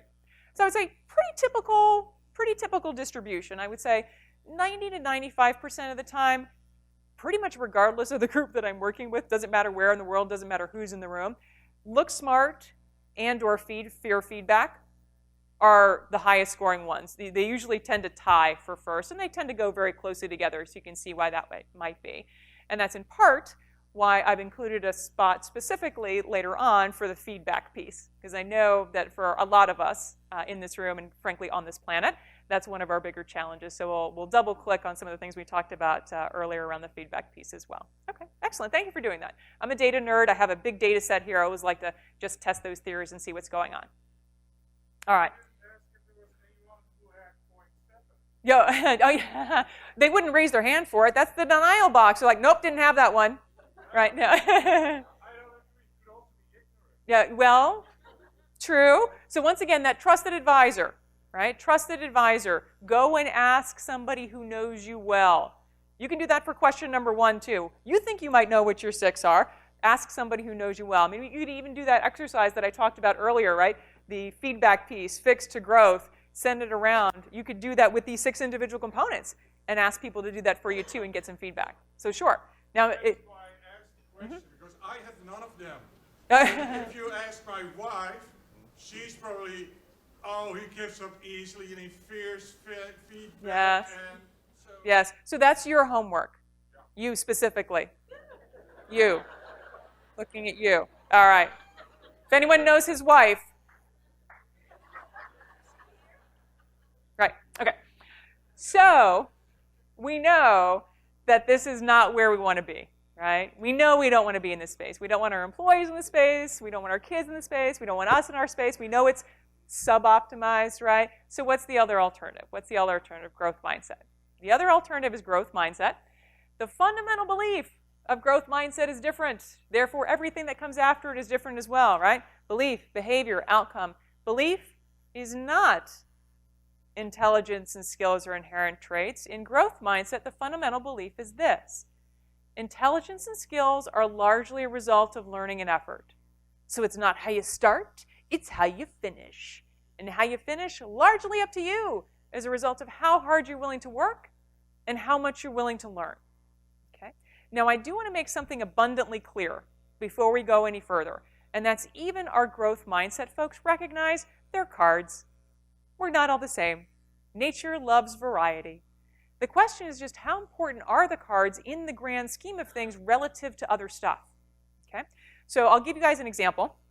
Throw myself under the bus here. Let's take a skill or ability for which Eve, for real, got a really, really, really bad card. Right? You imagine on any skill and ability, there's a distribution of cards. Some small number of people get really terrible cards. Some small number of people get really awesome cards. Most of us get kind of average cards on most things. Something that Eve got a really bad card on, singing. Yeah, for real, and I'm not going to demonstrate, so you're welcome, because it's not good. So let's just assume super bad card for Eve. A fixed mindset person would look at that bad starting card and be like, girl, I hope you like something else. Because no matter how hard you worked at it, how much you trained, performed, practiced, got coached, you might be able to get like here. So the size of the delta or the change that's possible, it's not very much. I'm sorry that it works that way. But that's how it works. That's how it works for all of us. Pick something you got a better card on. Okay.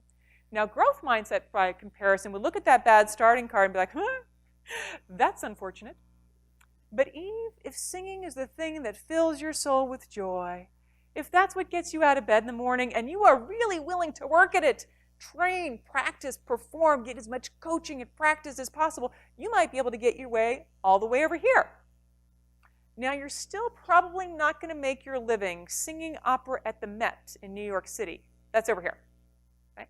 But could you be a meaningful contributor to an a cappella group, church choir, traveling theater group or something? Sure! That is not beyond the realm of the possible if you are really willing to work at it. Okay? So it's not as if there are no limits in growth mindset. There's some limits, but they're much further out. And it's up to me whether or not I get there. Okay? So when you genuinely think that this is how the world works, that other belief, not true. Not actually how it works. This is how the world works. You have one most important job, but it is not to prove how smart, talented, awesome, amazing, ideally perfect you already are. It is simply to do whatever it takes to get better, to accelerate and facilitate your progress towards whatever your limit actually is. Your job is just to get there as quickly, effectively, efficiently as possible. That's it. That's it. I'm just trying to get better in whatever way I possibly can. And when that's the only thing that I'm concerned with, just getting better. The other 5 behaviors we get as a result of that so different. And then the outcome's really different as well. So first one is you love challenges. Challenges are awesome. Challenges are how you figure out what you're actually capable of. Because again, you assume you can do anything until proven otherwise. That is an empirical question. Right? My job is not to stand back here and be like, there's a cliff out there somewhere. Don't go over it. It's like, well, let's find out where it is. Challenge, stretch, push, test until I get to the edge. Huh. There it is. Good to know. Okay. Next one, keep trying. If at first you don't succeed, try again. The idea in growth mindset is not never fail. In fixed mindset, that's definitely an idea. Fixed mindset, you never fail, you win. In growth mindset, if you never fail, you're not challenging yourself enough. You're not pushing and testing and stretching yourself enough. You're playing it too safe. So the idea in growth mindset is not never fail. It's fail better each time in pursuit of awesome. Fail better each time in pursuit of awesome. Okay. Next one, embrace effort. Effort is the currency of improvement. If I'm trying to get better, there's stuff that we can do to supplement effort, but there's no substitute for it. 110%, that is the name of the game in growth mindset. There's a phrase that we use in the mindset space, full preparation, full effort. You did everything you possibly could to prepare, and when it was game day, you left it all on the field. That's all any human being can ever do. Everything you could to prepare, you left it all on the field. Right? So it is all we ask, but it is what we ask. Next one, leverage feedback. If the only thing that I am trying to do is get better, I could stumble around myself trying to figure out how to get better, or I could just go to you and ask you, and you could tell me. It's so much more efficient, right? It's like cheating. You just gave me the answer key. Why would I not take advantage of that, right? I just skipped ahead 7 steps, and I didn't have to do anything other than just listen to what you said and do it. It's so efficient. And then last but not least, inspired by others. When somebody else is better than me at something, that doesn't diminish me. That has nothing to do with me. If somebody else is better than me at something, my job is to figure out, what is that person doing that I'm not doing? Because I totally need to start doing whatever they're doing because it's working better than what I'm doing. So if somebody's better than me at something, my job is just to draft off of all the stuff they've already figured out for me. Again, it's like cheating. It's awesome. It's so efficient. Right? So one of the examples I often use is, let's say I'm trying to get better at golf. Right? And somebody says to me, hey, Eve, do you want to go golf around with the number 2 guy on the planet? Do I say, oh, gosh, I don't want to do that. He's going to make me look so bad. Fixed mindset. Or do I say, heck yeah, I'm going. And I'm going to suck that guy dry for every tip and trick and technique I possibly can. I'm going to take the golf chip out of his brain, and I'm just going to put it in my brain. Okay? Again, it's like so efficient. He's already spent his whole life figuring golf out, and I'm just going to take it. Why would I not do that? It's awesome. Right? So these are the behaviors we tend to see in growth mindset. And as you would imagine, the outcomes of these behaviors are really different than the outcomes of the behaviors we tended to see in fixed mindset. So in terms of outcomes, which again, that's the end game, personal performance, professional performance, that's the stuff we care about at the end of the day is performance, outcomes. We tend to see a very different pattern for growth mindset. None of this play to my strengths, get scared, and then plateau. No, no, no, no such problem. For growth mindset, whatever I choose to focus on, I will challenge, stretch, push myself, fail, learn from it, come back better. Challenge, stretch, fail, learn from it, come back better. I'm not so afraid of failure that I won't engage in the behaviors that actually make me better. So they have a tendency to keep on failing their way right on past the performance of the fixed mindset folks who get to a certain point, get scared, and then plateau. No such problem for growth mindset. They just keep on failing their way right on past it. And one of the things that for me was so surprising in the original research when I read it, it makes total sense to me now, but was totally surprising to me when I first read it, was what they discovered around who tends to develop fixed mindset and who tends to develop growth mindset. What they discovered, not universally, but a pretty clear pattern, was it was actually people who started off somewhat advantaged compared to their peers who tended to develop fixed mindset. These folks were smarter. They were more athletic. They were more creative.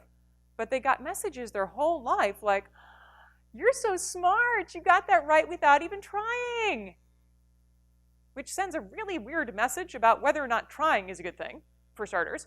But the other thing it does, it says the reason why you're doing well, it's not anything you're doing, it's the cards. Good on you for getting that good card, but it's the cards.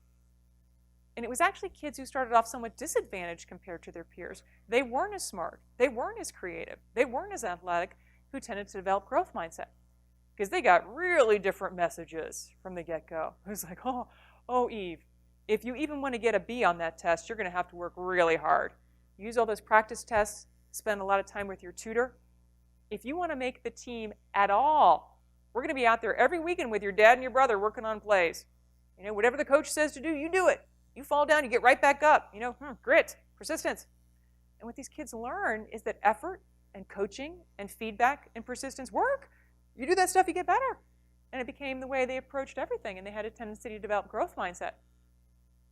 And, you know, I have a lot of people in my groups as I travel around who coach little kids. I don't know if I've got people who are the right age or if you guys just like to coach. I don't know what it is, but people who coach little kids, soccer, hockey, lacrosse, football, whatever it is.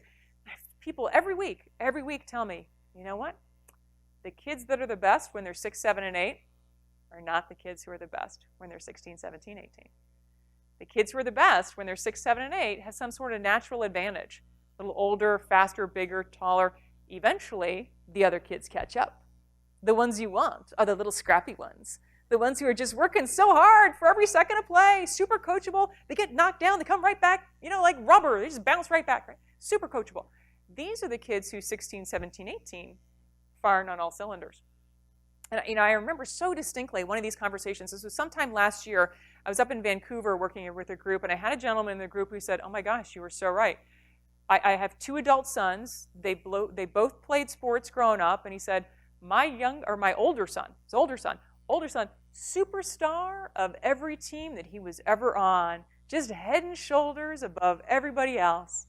He said, my younger son, God love him, that kid was cut from every team he was ever on. Like, no, seriously, every team he was ever on, the kid was cut from. The kid that was cut from every team he was ever on is now the number 2 professional player in all of Canada. I remember thinking at the time, that's better than the story I'd make up. The story you just told me is better than the story I would make up about this. And it's just so consistent with what we tend to find in the mindset space. And it's kind of the other belief that I've gone kicking and screaming into because it's really disturbing, is the realization that the better the cards you're dealt, especially the smart card, the greater risk of fixed mindset you are. Not because having great cards isn't awesome. Great cards are fantastic, right? The problem is the messages you've been getting your whole life from other people about where your success comes from. The cards, the traits, not your behaviors. Right? And this has got really interesting implications for some of those feedback conversations and also a conversation we're going to have around language. to make sure that when we're talking to other people, whether it's our kids, whether it's our employees, whether it's our colleagues, our boss, ourselves, our partners, that we're not using language that inadvertently drives fixed mindset behavior. Right? So it's a caution that we need to be aware of, and we'll talk about that a little bit later. All right, so a couple of minutes where we got 2 minutes before I'm supposed to give you guys a break, and I realize I'm the only thing between you and coffee. Coffee in, coffee out, either of those are priorities, so I get that. So let me take maybe 1 or 2 questions if we've got them. I saw a hand back here, I think. So that kind of, the feedback that we have been getting since we were little, I mean, it's the wrong type of feedback, but it is still feedback we've been getting. Usually. And yeah, and I mean, I can see myself giving the same feedback to my stepsons, because it's the same example. One is superstar, the other one just is a klutz like I am, but I still can, I still see myself making those mistakes. But for the most part, most of us are not trained in giving the right kind of feedback. Yep. You will be after today. Yeah. That's true. Yeah. So there's no more excuses after today, for the record. Yeah. Yes? Well, I just lost you answered me then. Yeah, so we're not trained in giving this kind of feedback? Well, no. I mean, but for us, I mean, I'm kind of, yes, I'm set in my ways in some things, but in some other aspects, yes, there's ways to change and make myself better. But at some point, it's very difficult to get out of that, because from very early on, we've been kind of misled and we've taken things differently. I am living proof that it's possible to change. Because I will tell you guys, this is probably a good point to share this story with you. I come to my interest in feedback in my interest in Freudian stuff, in my interest in mindset feedback as well, very honestly. I will tell you that, remember when I said earlier that I read the mindset book because a long-term client of mine had mentioned it might be relevant? I kind of gave you the sanitized for your protection version of that story. The real story was essentially that, but there was a little bit more color commentary. The only reason I read it is because she was a long-term client of mine, and I felt I needed to read it to keep her happy. But my attitude going into reading the mindset book was this: oh, great. Another layperson gets their hands on a pop psychology book, and now I have to read it to keep my client happy. Yippee! Yeah. So I spent the first 30 pages of the mindset book reading it like this: BS, BS, BS, BS. Oh, this growth mindset stuff, everyone's rainbows and puppies all the time.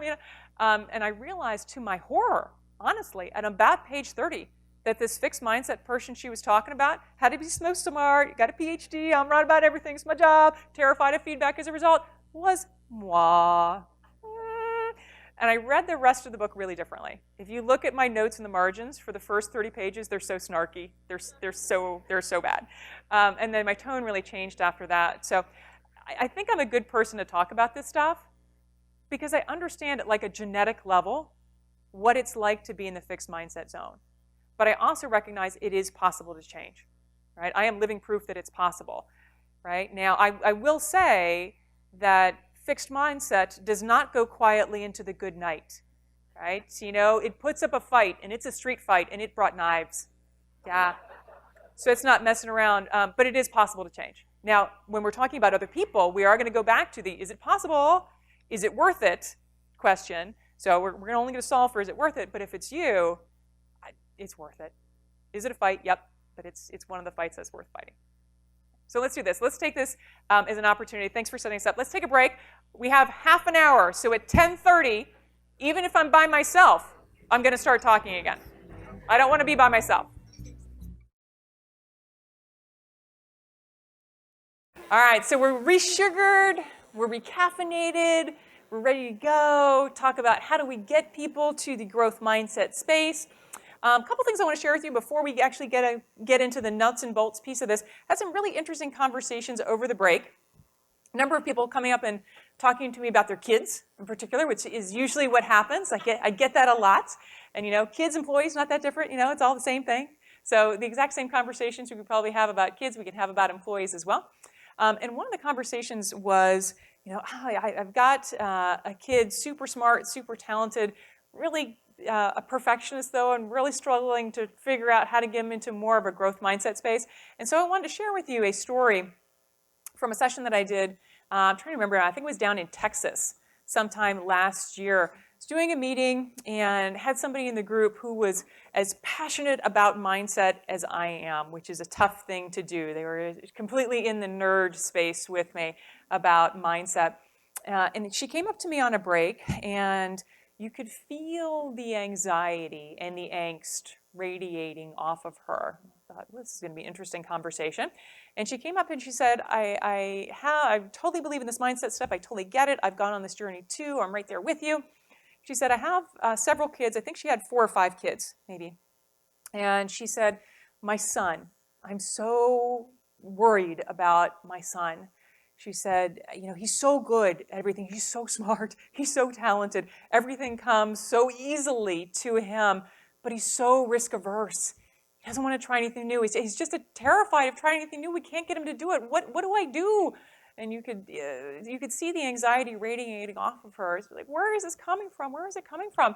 And she said, I have very specific ideas about how kids should be raised. I've got 4 or 5 of them, so I've got a lot of experience in the space. She said, I don't pay my kids for chores. She said, that's part of the deal of being a kid. You're a kid, you get chores. That's part of the deal. She said, I do, however, pay my kids for grades, but I only pay them for A's.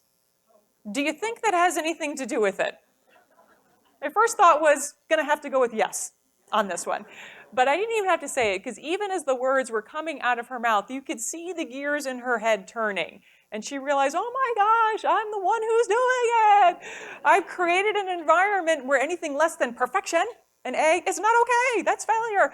And it was such a good example for me of the fact that so many of the things that we do to drive fixed mindset, to create fixed mindset in people, they come from a really good place. She wasn't trying to make her kid risk averse, terrified of trying new things. She was trying to just push him to be his best because she wanted the best for him in life. But it was such a good reminder to be really thoughtful about the things that we say to people, whether it's kids, employees, ourselves, because of those unintended consequences they might have. So just wanted to share that with you guys as an opportunity to bring us back into the mindset space here. And again, we'll talk very specifically about use of language later that will help hopefully negate or prevent some of those things. Before we do that, though, before we get into the conversation of what do we do about it, how do we help people shift towards growth mindset, I wanted to share with you guys an experience that I had earlier this year, because I think it was such a great example for me of what growth mindset really, really looks like and feels like in practice. And it was an experience called drawing on the right side of the brain. I don't know if anyone's come across it. It was this classic kind of 1970s thing. Carol Dweck, in her original mindset book, researched or referenced it, which is where I first became aware of it. And I was really enamored of the idea and really wanted to have an opportunity to go through this program. The fundamental belief of drawing on the right side of the brain is that everybody has tremendous artistic skills that most of us will never tap into, because we've been told and we believe that art is one of those card things, right? You either get the artistic card or you don't get the artistic card. There's a lot of stuff that I'm willing to believe is teachable and coachable. I'm not sure that artistic talent is one of those things. And drawing the right side of the brain says, nope, everybody's got it. Most people have just never tapped into it. And so the way that the program works, kind of the keystone piece of it, is that on day 1, before you get any instruction whatsoever, you draw a self-portrait. And you get there, you're like, oh great, I'm in the class because I can't draw. And the first thing I gotta draw is a self-portrait, because that's super easy, right? So that's what you do on day 1 before you get any teaching at all. And then the thing that you do on the final day of the class is another self-portrait. And the difference, the delta between day 1 and day 5 is kind of your aha moment. So what I wanted to do is share with you guys my pre-instruction drawing and my post-instruction drawing, my self-portraits from this class. Okay, the class is 5 days, that's it. I mean, there are 5 really intense days, but it's 5 days, that's it. So this is my pre-instruction drawing on the left-hand side there. That's not that good, come on. Everyone's like, oh, it's pretty. No, it's not. I mean, it's a step up from a stick figure, right? I mean, you might be able to pick me out of a lineup, maybe. I think it's the short hair and the dangly earrings, right? I look a little scared, very, very deer in the headlights, which is pretty much how I actually felt at the time. So emotionally, it was a pretty accurate representation. So this was the pre-instruction drawing at the very beginning of class. At the end of the class on the final day, 5 days later, this was my self-portrait. Yeah, exactly. Yeah, no! Dr. Carr just said, you got the card. No. Don't feed the beast, man. Don't feed the monster, right? There is nothing special about me. There is absolutely nothing special about me. Every single other person in the class did this exact same thing. I guarantee you, again, I'm not a betting person, but I guarantee every single person in this room could do the exact same thing, right? This is simply a matter of instruction and feedback and coaching and effort. Everybody is capable of this. And you know, it was such an interesting experience just from so many perspectives. One is we all went into the class thinking it was a motor skills problem, right? The reason I can't draw is because my stupid hand won't draw what my brain tells it to draw. Like, I can look at the first one, I know it's not right, but my hand just won't do it. I see it, my hand and it's like, your hand doesn't have a mind of its own, right? It's not like, oh, I see what it is, but I'm going to do something else, sucker. Your hand doesn't have a mind of its own, right? It can only draw what your brain is telling it to draw. So if it's drawing the left, it's because that's what your brain is telling it to draw. And so the class itself, it wasn't even really a drawing class. It wasn't even really an art class. It was a perception class. It was a seeing class. And what he did was teach us how to see differently: light, shadow, shape, edge, negative space, gestalt, relationships, and angles. And lo and behold, once we knew what to look for and how to see it, lo and behold, the hand could actually draw what, you know, the eyes had been seeing all along, but the mind had been messing up for us. And I use this as an example of growth mindset because it really required all of the behaviors of growth mindset: persistence, training, coaching, feedback, failure, coming back from feedback, coming back from failure, all those skill sets. And it's such a good example of when we engage in growth mindset behaviors, what's possible, right? And it also was such a useful reminder of the fact that we all have such tremendous untapped potential and capability in us that so often goes unlocked. I mean, I guarantee you, every single one of you, you're thinking, I'm the one who's not. I promise you, you too. Every single person in this room could do this exact same thing. And you think, how much untapped potential is there in all of us? Not just for drawing, but for any skill and ability you could think of. Why shouldn't it work just exactly the same way? No reason why not. And again, growth mindset doesn't tell us what we're capable of. Nothing tells. I've yet to find anything that tells me what I'm capable of, let alone tells me what somebody else is capable of. What growth mindset says is, whatever it is you're capable of, these are the behaviors you engage in to get there. All right? So whatever your limit actually is, this is how you're going to get there. Okay? So if the right-hand side, if that's what we want for people, if that's what we want in terms of performance for our employees, if that's what we want in terms of performance for ourselves, outcomes for our kids, how do we help people get to that?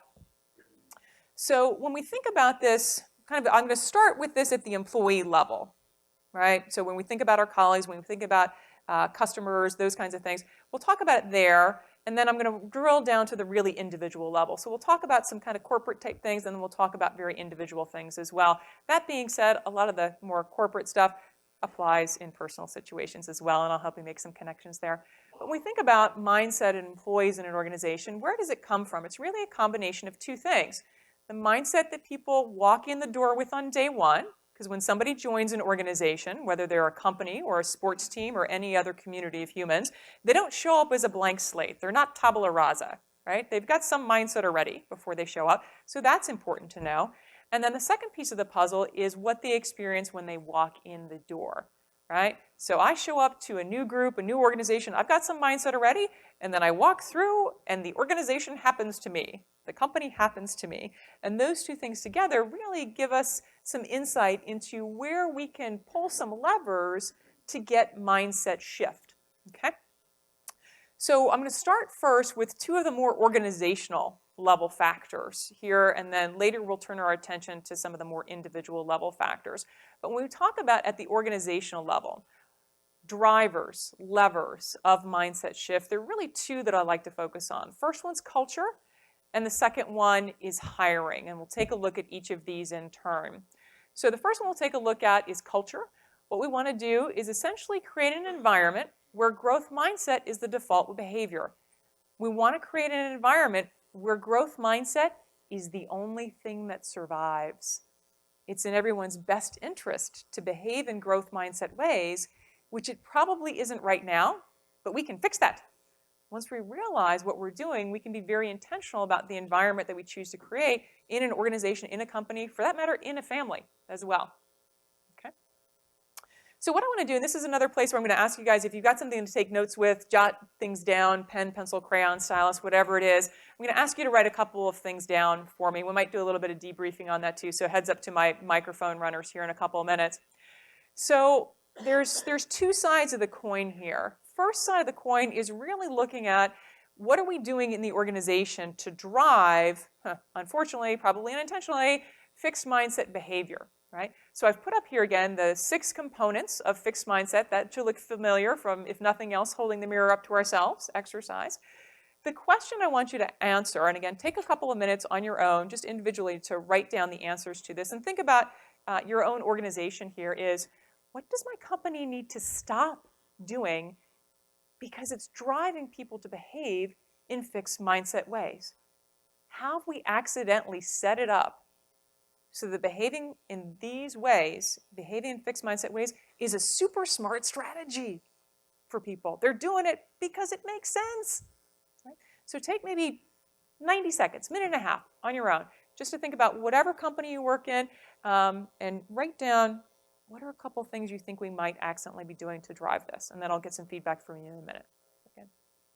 60, 90 seconds on your own. And as you think about this, there are a couple of lenses you might take on it. If you think, where do I even look in the organization's culture for this stuff? One lens you might think about looking at is recognition and reward. All right, so what kind of behaviors, personality traits, skill sets, what are we recognizing and rewarding in the organization? How does that system work? And I actually really don't care what your recognition and rewards are. You know, your carrots are. I really don't care what your recognition and rewards are. I care about what are the triggers. What do you have to do or be to get recognized and rewarded? Is it driving some of these behaviors? You know, punishment. What are we punishing people for? Again, I don't really care what your punishments are, unless you have something like kind of weird and medieval, in which case I'm kind of curious as a psychologist what it is. Kind of curious because we love that stuff. But again, I'm most interested in what are the triggers? What do you have to do or be to get in trouble, to get me to bring the stick out on you? Are we punishing some things that are driving this behavior? Another lens that I often like to use is resources. How do we allocate resources in the organization? Time, money, attention, executive focus, and TLC. Are we allocating resources in a way that's driving some of this stuff? 2 more lenses I often like to use. Another one is leadership role modeling and behaviors. How do leaders at all levels of leadership show up behaviorally in a way that sets the standard for how other people should behave? Are leaders role modeling some things that are driving everyone to behave in this way? And then the last lens that I often like, and again, I'm a psychologist, so this is our favorite one because it's where all the crazy, nutty stuff lives in the organization. Unwritten rules. Right? It's not official policy. It's not written down anywhere. You'd never design it that way on purpose. But it's evolved over time to be the way that stuff actually gets done in the organization. So are there some unwritten rules in this organization that might be enabling or driving some of this stuff? And, you know, unwritten rules I think of as those things where if your best friend were joining the company, you'd be like, look, they're going to tell you it works this way. This is how it really works. Let me share with you the stuff you really need. Those are the unwritten rules. Right? So is there any of that stuff that might be driving this?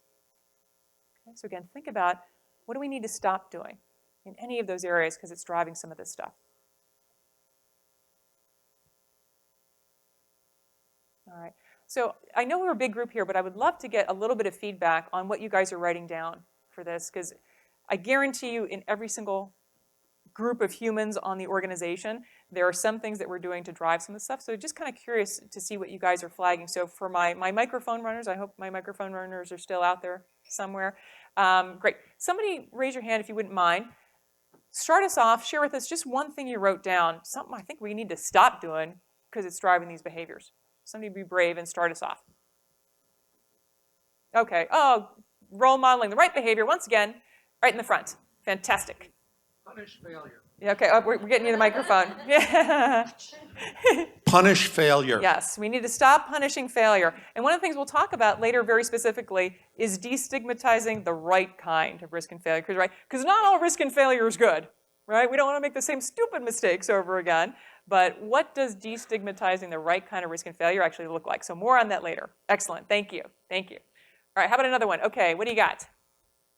Telling people what they want to hear instead of resolving the issue. Oh, nice. Yeah. Telling people what they want to hear instead of resolving the issue. Yeah, we need to step into those difficult conversations, right, and have that conversation.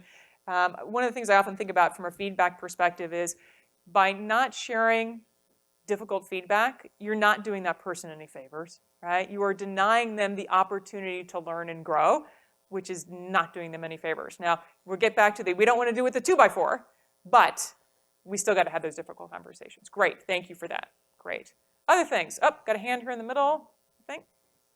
Stop showing favoritism to a specific employee, maybe because of seniority or maybe for some other reason. Yeah. So we need to stop showing favoritism to people who don't deserve it, right? To people who haven't earned it, or maybe just not favoritism at all, right? Treat people with equity. Right? Not necessarily equality, but equity. Remember, equality is everybody gets the same.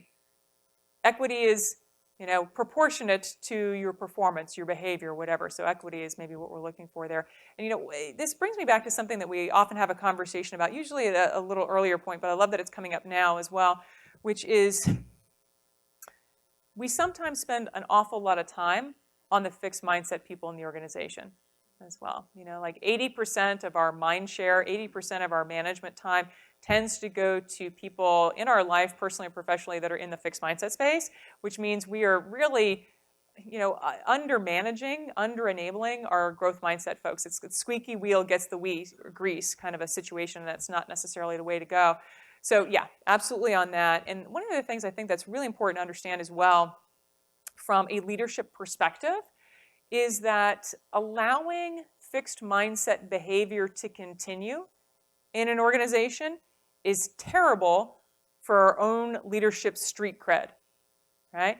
If I'm a leader and I allow fixed mindset behavior to continue in people, everybody else in the organization knows exactly what's going on. And everyone is thinking, why does this person keep getting away with that? Why haven't they done something about that?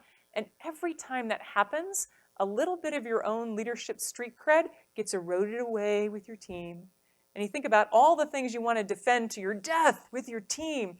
Your leadership street cred, street credibility is pretty high on that list. So if we've got fixed mindset behavior happening in the organization, frankly, in a team, in a family, we want to get on that sooner rather than later, too. Awesome. Thank you for setting that up, too. I think I saw a hand. Okay, so it's not the auction this time. It's actually buying it this time. Okay, because you raised your hand and we thought it was the auction move before. Go ahead.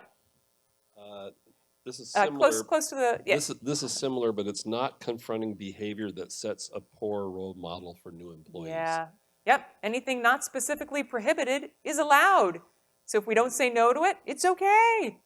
And then in part two, when you do that, it seems like you were talking about undermining. It's like person has learned, and you've heard from previous employers that the situation has reoccurred. Yep. And that's how they gain status within your organization. Yep, absolutely. Yep. So we got to have a new set of rules, and we got to be consistent in the application of those rules too. Awesome. Thank you. All right. Other things. Good stuff, guys. What else do we need to stop doing? Because it's driving these behaviors. Because it's in my best interest to do that. When you're implementing stuff in the office that you want your staff to follow, the staff have to have some input into how the implementation goes. Mm-hmm. So like maybe we're going to do this first and we're going to give it some time to see how it works, and then sit down and have a staff meeting about what are the pros and cons that we've seen while we're doing this. Okay. So that they feel like they're a valuable part of the new implementation that's going on. And then if you continue with that, then that's where all the follow-up comes in, that if the rules aren't being followed, then got it. Got it. Okay, and you're doing a great job of setting up the next question, because that's not something we want to stop doing, right? We need to start doing that. So thank you for setting me up for the next slide, which is precisely that, right? So as much as we need to stop driving fixed mindset behavior in the organization, we also need to make sure we're creating an environment where we are encouraging, drawing people, driving people to behave in growth mindset ways. So if we want these behaviors instead, right, these are the growth mindset behaviors that we want. It's not a hydraulic system. It's not like, well, we stopped doing all the bad stuff that drive fixed mindset, so we pushed it down over here, it's automatically going to come up over here. It doesn't work like that. Once we take the stuff out that's driving fixed, we also need to add in things that are going to draw people, drive people to growth mindset behaviors because it's in their best interest to do so. And you did a great job of setting up the question, which is essentially that. What does my company need to start doing, or maybe keep doing, to drive growth mindset behavior? Okay. And again, I want to have you take maybe 1 minute, 2 minutes, everybody in this room individually, think about what are we doing now? Maybe we didn't know it was a mindset thing, but I actually think it does enable some of this stuff. Go ahead and write that down. Or even if, I don't know if we're doing anything, what could we do? What should we do? What do we need to start doing moving forward to actually enable these behaviors? Okay, so again, take 60, 90 seconds or so. Think about that. Write down 1 or 2 things. The more specific, the better. And again, as you think about this, think about some of those lenses that I shared with you in terms of ways to take a lens or a look at the culture of the organization. Recognition and reward. Again, the actual recognition and rewards themselves aren't really relevant. It's what are the triggers? Moving forward, what kind of behaviors do we want to recognize and reward in the organization? Punishment. What are we going to say? That is not okay to here. Moving forward, that's consistent with growth mindset. Resources. How are we going to allocate resources in a way that drives these outcomes? Leadership role among the behaviors. What are we going to expect leaders in the organization to do? If I'm one of those leaders, what am I going to expect myself to do to role model for everybody else? We want growth mindset. What do we need behaviorally? And then last but not least, not necessarily add in unwritten rules into an organization, right? We try to stamp those things out a lot necessarily, but anything else, maybe miscellaneously, that doesn't fall into any of those other categories.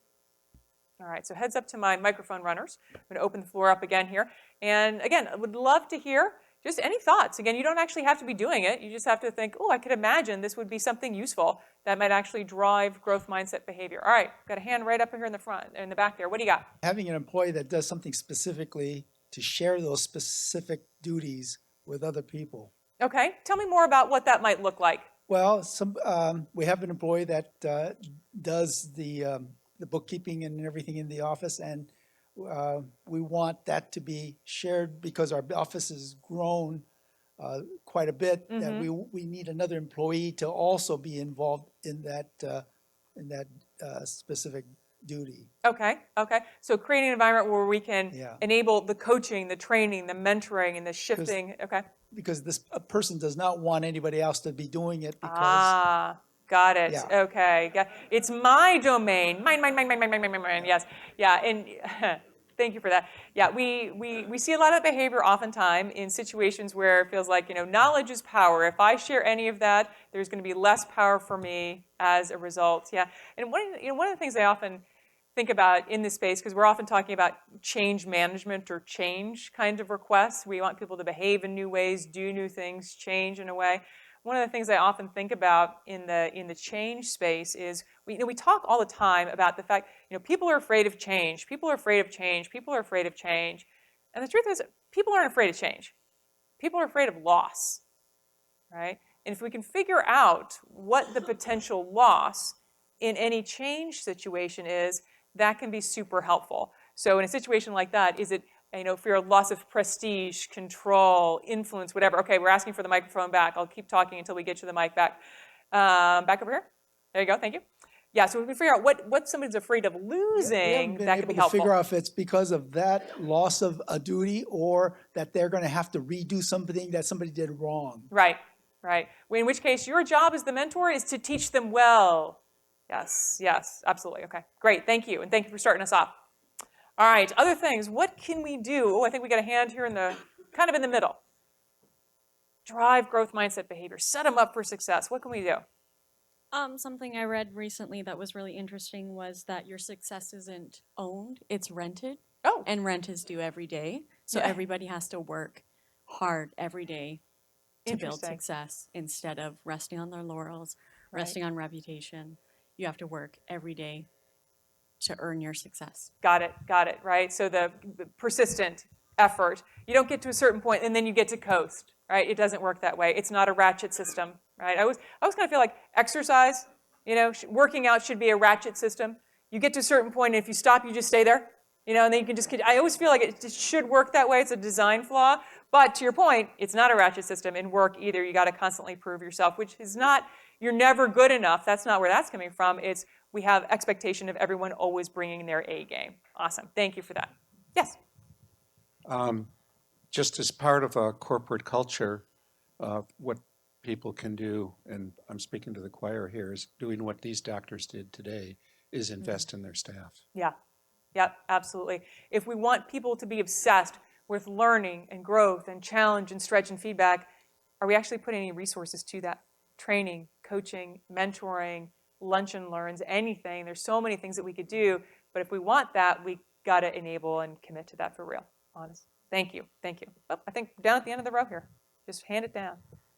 I'm a little bit scared to say this, but what I'm getting out of today a lot is to make it a safe environment for anybody that has an issue. And it's not an issue, it's just a situation, and don't attach bad or good to it. Just look at the situation, make it safe for anybody to bring it up, and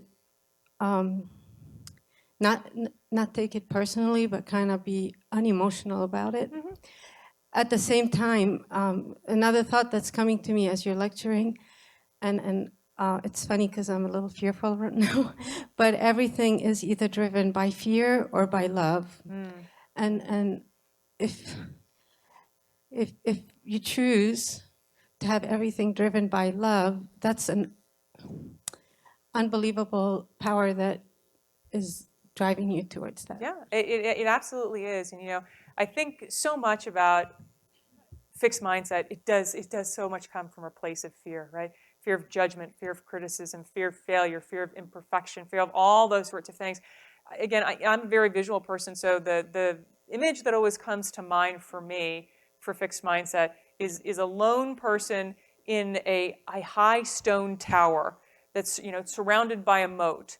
And my job is to defend the tower all of the time, and it's constantly being invaded, or there's the threat of invasion from every corner, and my job is constantly to defend that thing against all threats, real or imagined. It's just such an exhausting way to live. The fear as the primary driver. Again, amygdala, super useful brain structure. It can be on the bus. I don't want it driving the bus, right? Time and a place for that, but it's not most of the time. The other alternative just gets us such better outcomes, right? So creating an environment where that's what we're getting. Awesome. Thank you for that. Thank you. Yes, go ahead. Yeah. The leader or leaders of the company must have this growth mindset. Yeah. Or at least work for that. Yeah. Yeah, absolutely. So if this is what we want as leaders, we got to do it, and we got to go first, right? And we got to be transparent about that, not just trot out the success at the end and hide all the messy bits, but actually engage in all of the growth mindset behaviors, the challenging ones, the scary ones, the vulnerability ones that we expect other people to do. Because culture and mindset in an organization is like water. It flows downward. It doesn't flow upward. So whatever behaviors we need, we got to do it, and we got to go first. All right, I see a hand over here, and then I've got a hand over there if someone can go to that other side. Next, we've got over here. Okay, great. Okay, yeah, I just want to say that the pack follows the leader. Yeah. So we have to set up how to do it in the office. If we just say but we don't do it, and we don't be persistent, we're going nowhere. Absolutely. Yeah, and the other thing in my office, I'm sure that there's a lot of employees fighting each other, gossipy, and I never get into the gossip. I try not. I don't like that kind of behavior, so I don't approve, and that way I don't want to hear anything bad about the other person, which is not constructive, I believe. So we have meetings, and we're trying to break that gossip culture. Yeah. Yeah. And gossip always, to me, gets back to Schadenfreude, right? Delight in the suffering of others. If this person's really terrible, I'm better by comparison. So there's a lot of really unhealthy competitiveness that goes into that space. So creating an environment where everybody is not just enabled, but expected to say, that is not okay here. That's not how we do stuff here for that kind of behavior. And it's not just you as a leader doing that. It's everybody in the organization understands what is and isn't okay and is empowered to say that to somebody else, right? I mean, coming from a loving place, but here's how we treat each other and here's how we behave in this organization. Certain things are okay, certain things not okay. Not okay. Yeah. Okay, who else has got the mic? Next over here, okay. What books do you recommend to develop on that growth mindset? Yeah, and I had this exact same conversation over the break as well. So first one is going to be Carol Dweck's original book, Mindset. It's called Mindset, The New Psychology of Success. Don't let the foofy subtitle throw you off. Really good research book. I'll send you guys a link to these again in the after session resources that we put up for you. So Carol Dweck's book, Mindset. The other thing that I really like to recommend, once people get through the Mindset book and say, what else? What else? The next book I really like is The Gifts of Imperfection. I don't know if anybody in here is a Brené Brown fan. It's like Renee, but with a B, Brené Brown. She has one of the all-time most watched TED Talks. I think it's like the #3 most watched TED Talk of all time. So every man, woman, and child has seen it 20 times or something like that on the planet. So that TED Talk is really based on the component of her book that's around vulnerability specifically and how critical vulnerability is to connection. And connection is essential to leadership, and vulnerability and authenticity are critical pieces of that. So again, it's called The Gifts of Imperfection, but I'll also make sure that we get those TED Talk links and the book links up to you guys for the resources afterward as well. So thank you for that. I think we had someone over here. Okay, what do you got? Being active instead of being passive with all this stuff, because it's all well and good to think these things, but actually like putting them into practice and having the really hard conversations with everybody in your office is like kind of the point of it all, right? Yeah. I mean, you got to do it. It's one thing to have a nice little conversation. Conceptually, this is great. Knowing doing is often where things go off the rails. Awesome. Thank you for that. Did you have the exact same thing? Okay, because you were like, oh. I was going to say proactive as opposed to reactive. Okay, so meeting of the minds in that row there. Fantastic. Okay. Other things, what else can we do to create an environment where this is how people behave? Because it's actually in their best interest to do that now. What other things have you guys got? Things. Oh, here we go. I feel like I'm ignoring this side, but then I come over here and I feel like I'm hiding behind you, so I'm doing my best. Communicate. Okay. Okay, tell me more. What specifically? You can't tell one person to do one thing and expect it all to run smoothly without everybody being on board. Okay. Everybody has to have the same goal. Everybody has to know what direction. Everybody has to know what the other person is doing. And if you don't discuss it between you discuss the issues that are wrong, things that went wrong, things that are correct even, and keep going. How are you supposed to know what needs correcting? Yep. How are you supposed to know what went wrong and what wasn't liked or what made a bad situation worse? Thank you for that. And I appreciate that because it's leading me back to, I can't believe I'm talking about this book so much today, the 4 agreements. One of the other agreements is do not make assumptions. Right? And I think your comments around communication are, we sometimes assume that people will be able to connect the dots. Well, surely they know what they should be doing. Surely they know how this should relate. Surely they know. No. Just don't assume we know anything, right? So over-communicate more than you think you need. There's almost no such thing as too much. And again, don't make assumptions. Don't make assumptions. The other thing that your comments are making me think about is in a former life, I worked for a big research and consulting firm out of Washington, D.C. It used to be called Corporate Executive Board. Then it was called CEB. Now it just got bought by Gartner, which is a name most of the folks in this room probably recognize. I was on the research team for a bunch of years because I am a research nerd at heart. And one of the things we did one year was look at employee engagement. So what actually increases people's engagement? And we care about engagement because it's a big driver of discretionary effort, going above and beyond the call of duty to do your best at all times. And it's also a big driver of retention. So we need to crack the nut on engagement. And it was so interesting, that particular study, because we usually have 100 or so different factors that we're considering. So imagine a big bar chart with like 100 different bars on it, and the height of the bar is how important that particular factor is to whatever we're studying that year. In that particular study on employee engagement, it was so interesting because the three biggest drivers really hung together as a theme, and it's around a lot of the things that you're talking about. The three biggest drivers of engagement and really ultimately discretionary effort were, where do I fit in the grand scheme of things at this organization? Why is what I do important? How do I do it incredibly well? Right? You can see how the role of communication would play in that, specifically around those things. So again, where do I fit? Why do I matter? How do I do it incredibly well? But really links into some of the things you're talking about there. So we're not just getting good mindset outcomes if we're doing that, we're also getting really good engagement and discretionary effort outcomes there as well. Thank you for that. Did I see another hand over here somewhere? I thought I did. Might have imagined. Oh, here we go. Okay. And I'm kind of going off the communication thing here, but I think it's a two-way street. I think it's not just communication, but I think it's listening too. I can sit there and I can yell and shout at your tower all day long, but if you're not willing to listen, whether I be a doctor, assistant, back office, front office, you're not going to get anywhere because you're just talking to a wall. Yeah, absolutely. And you know, the listening thing, when we talk about problems with communication, most of the time it's not the talking part, it's the listening part, right, that we really struggle with too. And I think, you know, I come back to something we were talking about earlier with the feedback piece, is if I'm talking and talking and talking and talking and it's not making any difference, at a certain point I have to ask myself, am I approaching this the wrong way? Is the problem them or is the problem me? Right? So my job is to say it in a way that they can hear. I call this figuring out, what is that other person's currency of persuasion? Because everyone's got a currency of persuasion, right? If I'm approaching this person, I know this is the thing that they need to hear. So I'm going to take that approach. This person, what's the thing that, this one's all data.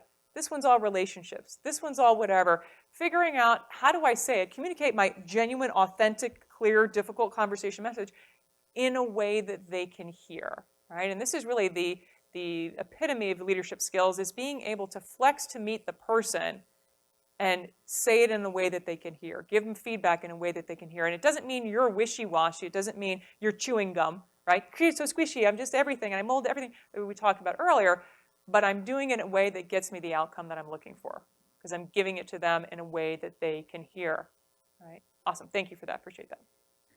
Other things, I've got a hand up here. Our folks with microphones are getting their 10,000, right? There we go. Getting their 10,000 steps in today. I think one thing that we tried to do a couple of years ago that I think really helped us was to take the, instead of like trying to fix this person or fix that person, we sort of took the goal as to providing the best service to the patient or providing the best service to our referring doctor.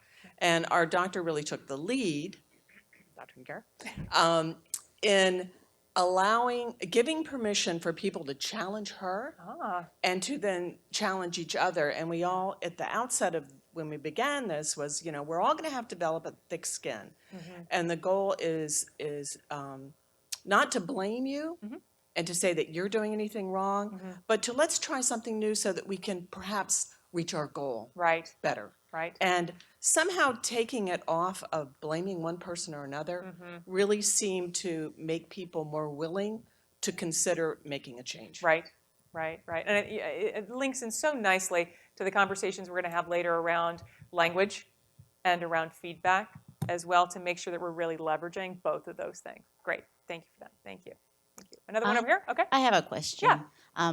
In this whole mindset thing, I think sometimes what we're not talking about is kind of the other person in the room, which is the patient. And sometimes if a patient, you know, not everyone's excited to have a root canal. And I think that they can, they can come in with a negative mindset. So how do we, you know, we're not probably going to change them like and whatever. I mean, we might be able to change them some, but, you know, some people are, you know, they're not going to be changed. And like you said, how much effort do you want to put into changing that patient? So how do you get that negative mindset not to turn everyone else's mindset, the staff, the assistants, the doctors' mindset into a negative mindset where you Right. kind of fall back into a less positive Right, place. right. And I feel like that might be a conversation beyond the scope of mindset even per se, because that might not be a mindset issue. That might be, I'm really not okay with pain issue, which is maybe something else. And so the thing that occurs to me from a mindset perspective, at least, is can we think through in advance I don't know if it's 3 things, if it's 5 things, if it's 10 things that most patients come in with concerns about, anxiety about, whatever it is, and can we do a preemptive strike on any of those things, knowing that they're going to come in with this, this, and this at the top of their mind, and that's where most of the problem is coming from. If we can address those things right from the very beginning and take them off the table, can we maybe begin in a different place? Or maybe we're having a conversation before they even come in. There's something we send them in advance so that we address some of those things so we can at least be starting at a different place, recognizing there's only so much we can do given the nature of some of the procedures and things like that. But yeah, I'm a big fan of the preemptive strike, personally. Yeah, if you know it's there, let's get out ahead of it and deal with it on our terms rather than waiting for it to show up on its terms. Thank you. Interesting question. Thank you for that. Okay, so let's do this then. What I want to turn our attention to next is the other kind of organizational group level factor that we should be considering when we're thinking about the business take on this. We absolutely want to create an environment where growth mindset is the only thing that survives. We want to get the culture piece right. So one of the things I would really encourage you to do, particularly as you go back to your own offices, your own groups, your own teams, is think about having some additional conversations around these things. What do we need to stop doing? What do we need to start doing? What do we need to keep doing to drive mindset? Because I ask you to do this all individually, but I know a lot of you are here in various different types and sizes and teams. Really encourage you to have that at the team or the practice level as well. Okay. So the second piece of the puzzle that I'll share with you at the organizational or the team or the company level is hiring, right? Because at the end of the day, I would rather be in the behavior selection business than the behavior modification business, right? I'd rather choose well and not mess it up rather than choose poorly and drag it kicking or screaming, all the way across there. So remember, if I said 75-25% or 80-20, the odds are not in our favor on this, right? We are not going to get growth mindset by chance. So if we're not intentional about how we're looking at it, 3/4 of the time, we're going to start in a hole with fixed mindset. And I'd rather not do that because that means I now have a second job in addition to my regular job, which is trying to shift this person. And frankly, my regular job is enough. I don't need a second one or a third or fourth or fifth or whatever number of jobs I've got right now. So 2 things. I mentioned earlier, there's 2 things like you could literally leave here today and do differently to increase your hit rate. You increase your success rate from a hiring perspective in terms of getting growth mindset people into the organization. So 2 things I'm going to talk about. First one's the job posting, or whatever we call that thing, wherever we put that information. So many places to put that information in these days. So what do we call that? But some language around the job posting. And then the second piece is the interview process. For most of us, interviewing is going to be a large part of how we decide who we bring into the organization or not. So we'll do a little bit of a deeper dive on the interview process piece of this. Okay? So job posting, really simple, really straightforward principle here.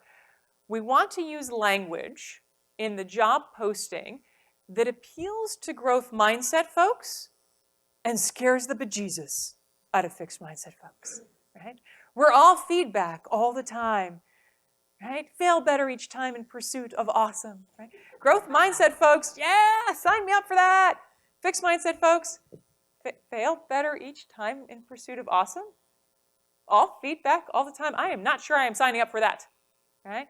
So again, very simple principle here. This is our first line of defense. It's the first filter. It's the first thing we put out there in the world that will attract some people, scare off others. So let's make sure we're being really intentional about that, right? Attract growth mindset people, scare off fixed mindset people when we describe the job, the manager, the team, the company, the ideal candidate.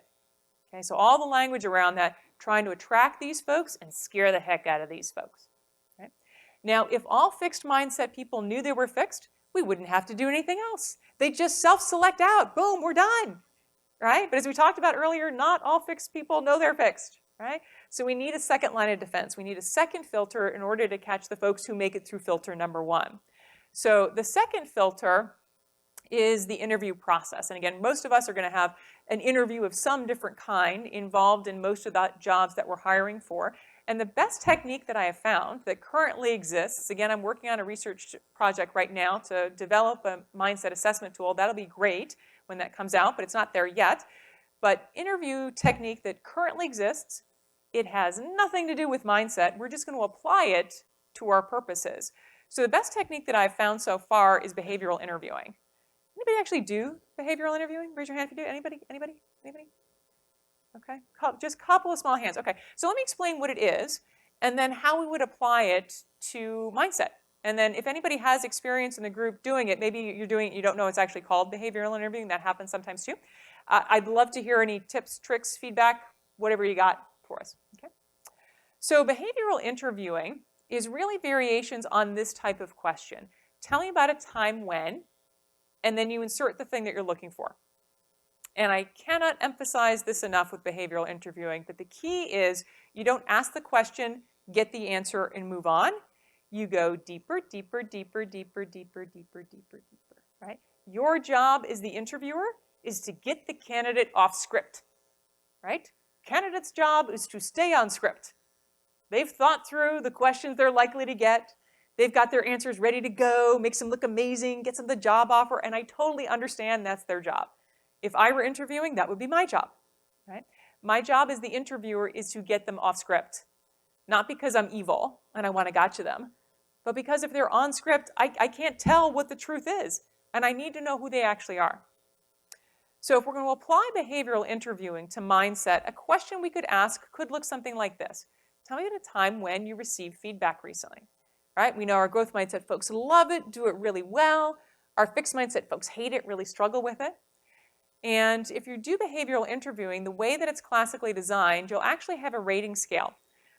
Might go somewhere from 1 or 0 on the low end, maybe all the way up to 5 on the high end. Okay? And again, if you do this the way that it's classically designed, you'll actually have what are called behavioral anchors or behavioral descriptors for a few points along this continuum. So if somebody gave you a 1 answer to this question, what would it sound like? What would a 3 sound like? What would a 5 sound like? Okay.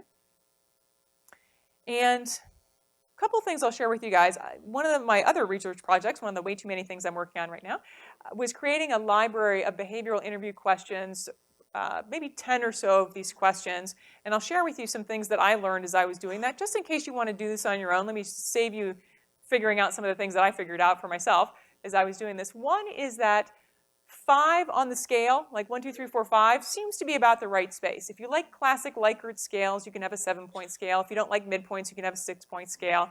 That's all totally fine. When I did it, I did the 5-point scale, and I did only do the behavioral descriptors for point 1, 3, and 5, because I could make those sound really crisp and distinct from each other. When I tried to create the descriptor for 2, everything just kind of bled together. It was really hard to tell anymore. So I would say 1, 3, and 5 are the way to go. I also do find that 5 is about the right space. If you say, you know what, no, I'm going to be really ambitious. We're going to have a 20-point scale. Yes, probably not the right idea for a number of reasons. One, a lot of design work, creating all those behavioral descriptors. And the second thing is, I don't think most of us can make that fine a behavioral distinction, right? You know, okay, was that candidate an 11 or a 12? I mean, most of us can't pull that off. So 5 seems to be about the right space. And then let me share with you, as I was working on these questions, some of the themes that I kept coming back to again and again in the answers. It almost didn't matter what the question was I asked at the top. I kept coming back to some of the same themes at the bottom, because these are some things you might want to listen to as you create your own questions, or you just ask whatever questions you ask in interviews, whether or not they're behavioral interview questions or not. One of the things that kept coming up again and again and again was appropriate vulnerability. And of all the things I talk to people about, leaders and organizations, the 2 things that scare them the most are the terms vulnerability and risk-taking. Related, as it turns out, and both really critically important. But vulnerability, and appropriate vulnerability, something that sounds, looks different, feels, looks different in fixed mindset versus growth mindset. Growth mindset folks, totally okay with appropriate vulnerability. You know, so it's not TMI oversharing too much on the table. Didn't need to know that. But it's appropriate vulnerability.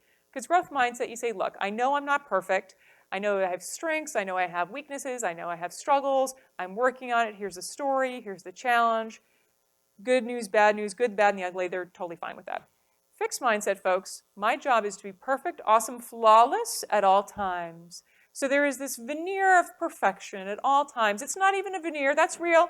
It's not a veneer. It's not a mask. It's real. That's perfect just all the time. So completely not okay with appropriate vulnerability. So you hear very different things around vulnerability for fixed mindset versus growth mindset. The other thing that I found kept coming back to again and again and again in the answers at the bottom was explanations for success and failure. Explanations for success and failure sound really different coming from fixed mindset versus growth mindset. So growth mindset, if I succeed, you know what? I worked really hard. I had help. I got lucky. If I failed, you know what? That's on me. That's on me. Fixed mindset, by comparison, somewhat different deal. Fixed mindset, if I succeed, it's because I'm awesome. Fixed mindset, if I fail, I got screwed. Right? Somebody else's fault, not me. Not my fault. Right? So explanations for success and failure also sound really different coming from growth mindset versus fixed mindset. So again, just a couple of things to think about in this space. Okay? So let me pause here for a minute. I saw a couple of hands go up. My microphone warners, if I can give you a heads up on this. Excuse me, a couple of hands go up for behavioral interviewing. If you have any experience behavioral interviewing, any tips, tricks, techniques for us just to make it go well generally? Anything that you've found? All right, microphone's getting to you first, so we'll start over here and then we'll work our way over there. All right, what do you have? All right, so I heard these long time ago, and I usually like to do this. When I am interviewing someone, I purposely, in my room, they're seated somewhere around, I like to sort of scrunch a piece of paper or something and put it on the floor. And it's supposed to, a person who is very organized or tidy or whatever, you're bothered by that kind of thing. You're going to have the initiative of picking it up because you know it's not supposed to be there. So usually when I am interviewing someone, I like to sort of explore on that unknown territory that I don't have a way to get on paper. I also believe that most people, when they're going for a new job or a new position, I think tend to shift their mind to the growth more. Because they know it's the right way to be. Because they want the job. Right. And so they want to appear, what I say, that's not their true self. But, you know, we're all trying to do that. And perhaps us as employers also shift our mind to be more on the growth, into trying to accept more even things that a new employee might be doing that are not right, but you know they're new and they're learning and we're a little more lenient and I'm not quite sure when do we shift to the other side, but we do. Anyway, during the interview, I like to do that and I also like to ask, can you tell me what do you think is your biggest defect that you have, that you would like to change? Right. Rather than only ask on the positive things. Absolutely. And let them just... Awesome, awesome. Thank you for that. And I think, you know, the more sophisticated candidates know some of these questions are coming, right? They know they're going to be asked their greatest strength. They know if they've got somebody who's thought about this before, has had some experience with interviewing, that might ask me about my greatest weakness. And I love some of the things we sometimes get from fixed mindset folks when you ask them, what's your biggest struggle? What's your biggest weakness, right? They'll say things like, I'm just so smart that it intimidates people. Yeah, that's called a humble brag, right? So it sounds like it's kind of supposed to be humble, but it's really actually a brag. So they'll take that question and twist it into something that still makes them look amazing. So that's one of the things I'm always on the lookout for. Awesome. Thank you for that. Thank you. I think we had another hand over here as well. Where was that? Okay, what do you got? So I guess the thing that I would say is that we have to remember that behavioral interviewing is not a game. No. And that we got to do our best to make people feel comfortable during the interview. And that's how you're going to get people to open up. And probably my best tip would be that you take the interview out of the interview environment and possibly, you know, meet up for coffee, for example, and just make it more conversational. And you will naturally lead people into that off-script conversation. Great, great, thank you. So many places my brain is going with that. It's a really good reminder too that, and this is the kind of the core of behavioral interviewing, is Don't ask the question, get the answer, move on. You've got to go deeper, deeper, deeper, deeper, deeper, deeper, deeper, because that's when people start to tell you what really happened and you start to figure out who this person really is.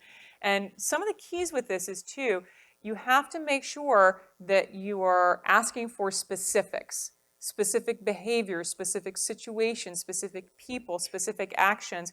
If you've got somebody who's sort of drifting into, well, typically I, usually, no. I need specifics because, again, I need to know what actually happened. When we get into generalities, generally I, often I, we, now we can get into the realm of stuff I can make up and I can snow you, right? But when we're talking about specific behaviors, what happened? What was the consequence of that? What did you do as a result of that? What happened then? Who was involved? That's when your BS radar gets really good. And you can tell whether or not somebody's telling you what actually happened or trying desperately to make up something in the moment at 8 levels of depth that makes them look good. Most people can't pull that off. So this is why getting deep, deep, deep, deep, deep, deep, deep is really critical. A couple of other, we've got a hand back there, a couple of other things that often come up as we're talking about behavioral interviewing or interviewing just generally is, remember that when you are conducting an interview, silence is your friend, right? Do not jump in and help the candidate if they're struggling or if they stop to pause or think. Zip it. Whoever talks first loses, right? That's the game that you are playing there. To the extent we're playing a game, that's the game that we're playing. Don't help the candidate out. It's usually in that space where they're trying to resist telling you something they don't want to say or they're struggling with it. You have to let them sit in that space. Okay, so silence is such a tool, and it's such an underutilized tool. Just zip it, zip it. Yes? Well, one thing I do in the interview, which is helpful to see if a person is a thoughtful, thinking type of person, is to ask the same question twice, but frame it differently the second time. Mm-hmm. And it's sometimes revealing about a person if they're really on the ball. Mm-hmm. Okay. Great, yeah. I think one of the things I find, too, with behavioral interview questions is you don't need 20 of them, right? If you ask one question, go to great level of depth, and a second question, great level of depth, you might not need any more questions than that, right? You're making up in depth what you're lacking in volume in terms of across. You're going much deeper. And one other thing to keep in mind, actually a couple other things to keep in mind from a behavioral interview perspective, from a kind of purely tactical, practical perspective. One time somebody said something to me that I thought was so interesting and insightful in this space. He said, if you're doing an interview and you have any behavioral interview questions at all, make sure you ask the behavioral interview questions first. Because he said, usually what happens is we spend the first 5 to 10 minutes kind of getting a chance to know each other, social niceties. I talk about our company, our mission, our values, what's important to us. And then I ask, do you care about those same things? Why, yes, I do. Don't lead the witness, right? Don't lead the witness. Don't spend the first 5 to 10 minutes telling them what's important, what the right answer is, and then ask them the question. So again, ask the behavioral interview questions first. If you don't like what you get, you don't even have to have the rest of the interview. You get 30 minutes of your time back, right? I see a hand in the back here. Oh, perfect. Mike's right next to you. Wouldn't the behavioral questions be better if the person gets comfortable in the interview process? You can, the first 5 to 10 minutes, you can talk about stuff. Right. No social niceties, just don't give them the answer, right? If our values, our mission, our criteria, our expectations of you, because then you've essentially tainted the data. But if you sit down right from question 1, I think they're not going to be comfortable. They're going to give you very formulaic answers. Absolutely. So again, you can totally have social niceties. Right. Just make sure it's not about the things you're going to be looking for in the behavioral interview questions. That's totally fine. That is totally fine. Hand up here in the front here. Let's get a mic.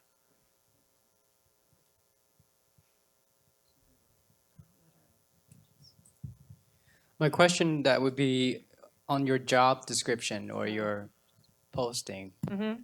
How much information is too much that preventing the applicant from knowing, how to answer the behavioral questions, or preventing a case where your ideal candidate, doesn't want to apply for a job because it doesn't have enough information about your practice? Yeah, and I think, that it's probably, there's a fine line, right, in terms of that. I do think it's important to communicate what your mission, vision, values are, the fact that there are certain growth mindset things that we're obsessed with here.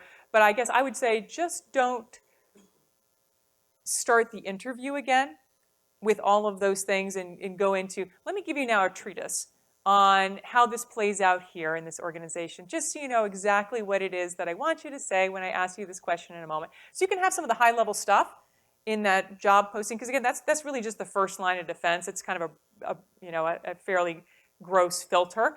But then when they come in, don't give them any more, right? So you want to give enough on the front end that we're doing some selection, and hopefully they're doing their homework, right? To go check on some of these things. I used to work for a research organization. When I would do interviews, if people hadn't done research on the company, as a research organization, we were pretty much done from the beginning, right? That was a freebie. That was an easy one. So I'd say put it in the posting, but then not necessarily in the interview process itself. Yeah. Is there another one? I thought I saw another hand. Oh, one back there, I think. Perfect, right next to you. Hello, I'm very shy to ask this question, but I really want to do it. How about the work interviews? When the person comes to 1 day or 2 days to work and meet the other employees and find out how is the person doing with connection, right? And the other question I have is a test, like it's a personal question test, like you can do, and the employer can know how is the person like fixed or growth. Right. Yes. Okay, wonderful. So yeah, the research project that I'm working on right now is for the second part of your question, which is there a test that we can give people that would determine where they fall fixed to growth? There isn't yet, but that's the project I'm working on right now. They're one of the projects I'm working on. So again, if that's of interest to anybody in this room, you guys want to participate in the research, let me know, because I am probably the next couple of months going to be launching the second round of that. So if that's something interesting, we can talk about that. And I will say that even once that assessment tool is up and running, we don't want to rely on it exclusively, right? We're still going to want to do other things. It will just be one more tool in the toolkit for that. So coming soon, hopefully, in the second part of your question. On the first part of your question, should we have them interact with other people on the team? I love that idea, quite frankly, because for a couple of reasons. One, most of the work we do in organizations these days is team-based. If culturally it's not going to fit, we are not a good fit on this team, I'd rather know that sooner rather than later. And I also think it's a good idea because very often, if you've got somebody who's what I call a stealth fixed mindset, so kind of a hiding fixed mindset person, they know that growth mindset's the right way to be, right? And they say all the right stuff, especially upwards. They manage bosses really well, but they are terrible to their teams and their peers and their staff. So they're all growth mindset this way, and they're all fixed mindset this way. I would rather know that sooner rather than later, and it might come out in some of those other relationships. So I love that. One of the things that often comes up, it's not behavioral interviewing, but it's also getting at some of those same things, is people tell me all the time that the first interview is with the receptionist, right? Now, it's not an official interview, but how you treat the receptionist as a candidate when you walk into an organization, we're going to look at that. Now, we're going to tell you that, but it's why sometimes people take folks out to lunch as well for a meeting, because I want to see how you're treating the wait staff. I want to see how you're treating the taxi driver, because it's really in situations where somebody can do nothing for you, how you treat them is really indicative of who you really are. So I love some of those situations as well as a supplement to some of the behavioral interview questions. Thank you for that. I appreciate that. Question? Yes, where are we here? Here. Okay. Here, look into the light. Yes.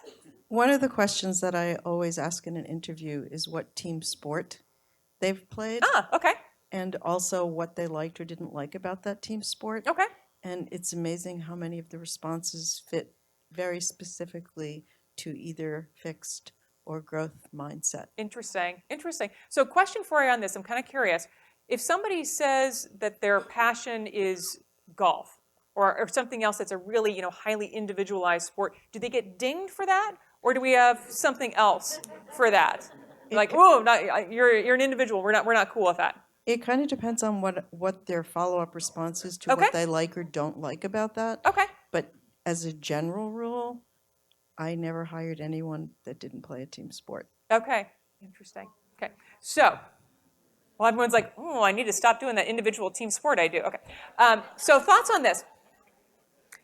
I would say I am less interested, again, I feel like I can't see you if I don't do this, so apologies for those watching on film, but I'm less interested in whether it's a team sport or an individual sport, because, you know, people have different preferences. I would say it's the answer as to why that I'd be more interested in. So I'd be okay with an individual sport, but I'd be really curious as to what the answer is. If the answer is because I don't like people, and because I think they're stupid and less talented than me, so I really rather have it all be me, then that worries me. But I can imagine other individual sports where the answer is something that I'm okay with. I mean, even in an individual sport like golf, yeah, you still have to play with people. Exactly. Your caddy, your even coach. If you're a swimmer, you still swim against people. Yeah. You're in competition. Yeah. And I just might add that I did sell my practice, but my staff stayed with me for 7 to 20 years. All right, doing something right. Doing something right. It worked for me. Yeah, yeah. So again, I think we are in violent agreement with each other on this in terms of it's really the why, right? It's really the why. That's what we're trying to get at with this, with behavioral interviewing. Any other questions? Who are you really? And are you demonstrating the right kind of growth mindset behaviors that we're looking for? All right. One other thing that I'll mention here, and then we'll turn our attention to the 3 individual level factors that I want to share with you all as well. But the other thing I want to share around behavioral interviewing is make sure when you ask behavioral interview questions, you're asking, tell me about a time when in the past a specific thing happened. So these are reflective questions. They're not projective questions. So you're not going to ask a question like this. All right, here's the scenario. There's a building. It's on fire. There's a baby on the 3rd floor. What do you do? Everybody saves the baby, right? So if you created a question, what would you do? Everyone can imagine what the correct answer is and give it to you, right? So they're not projective questions. They're tell me about a time when in the past this specific thing happened. That's because it's also a lot harder for them to BS you when you're asking it that way, and that's kind of your goal with interview questions is get to through the nonsense to reality, to bedrock in there. Okay, all right. So yes, let's get one more hand up here in the front here.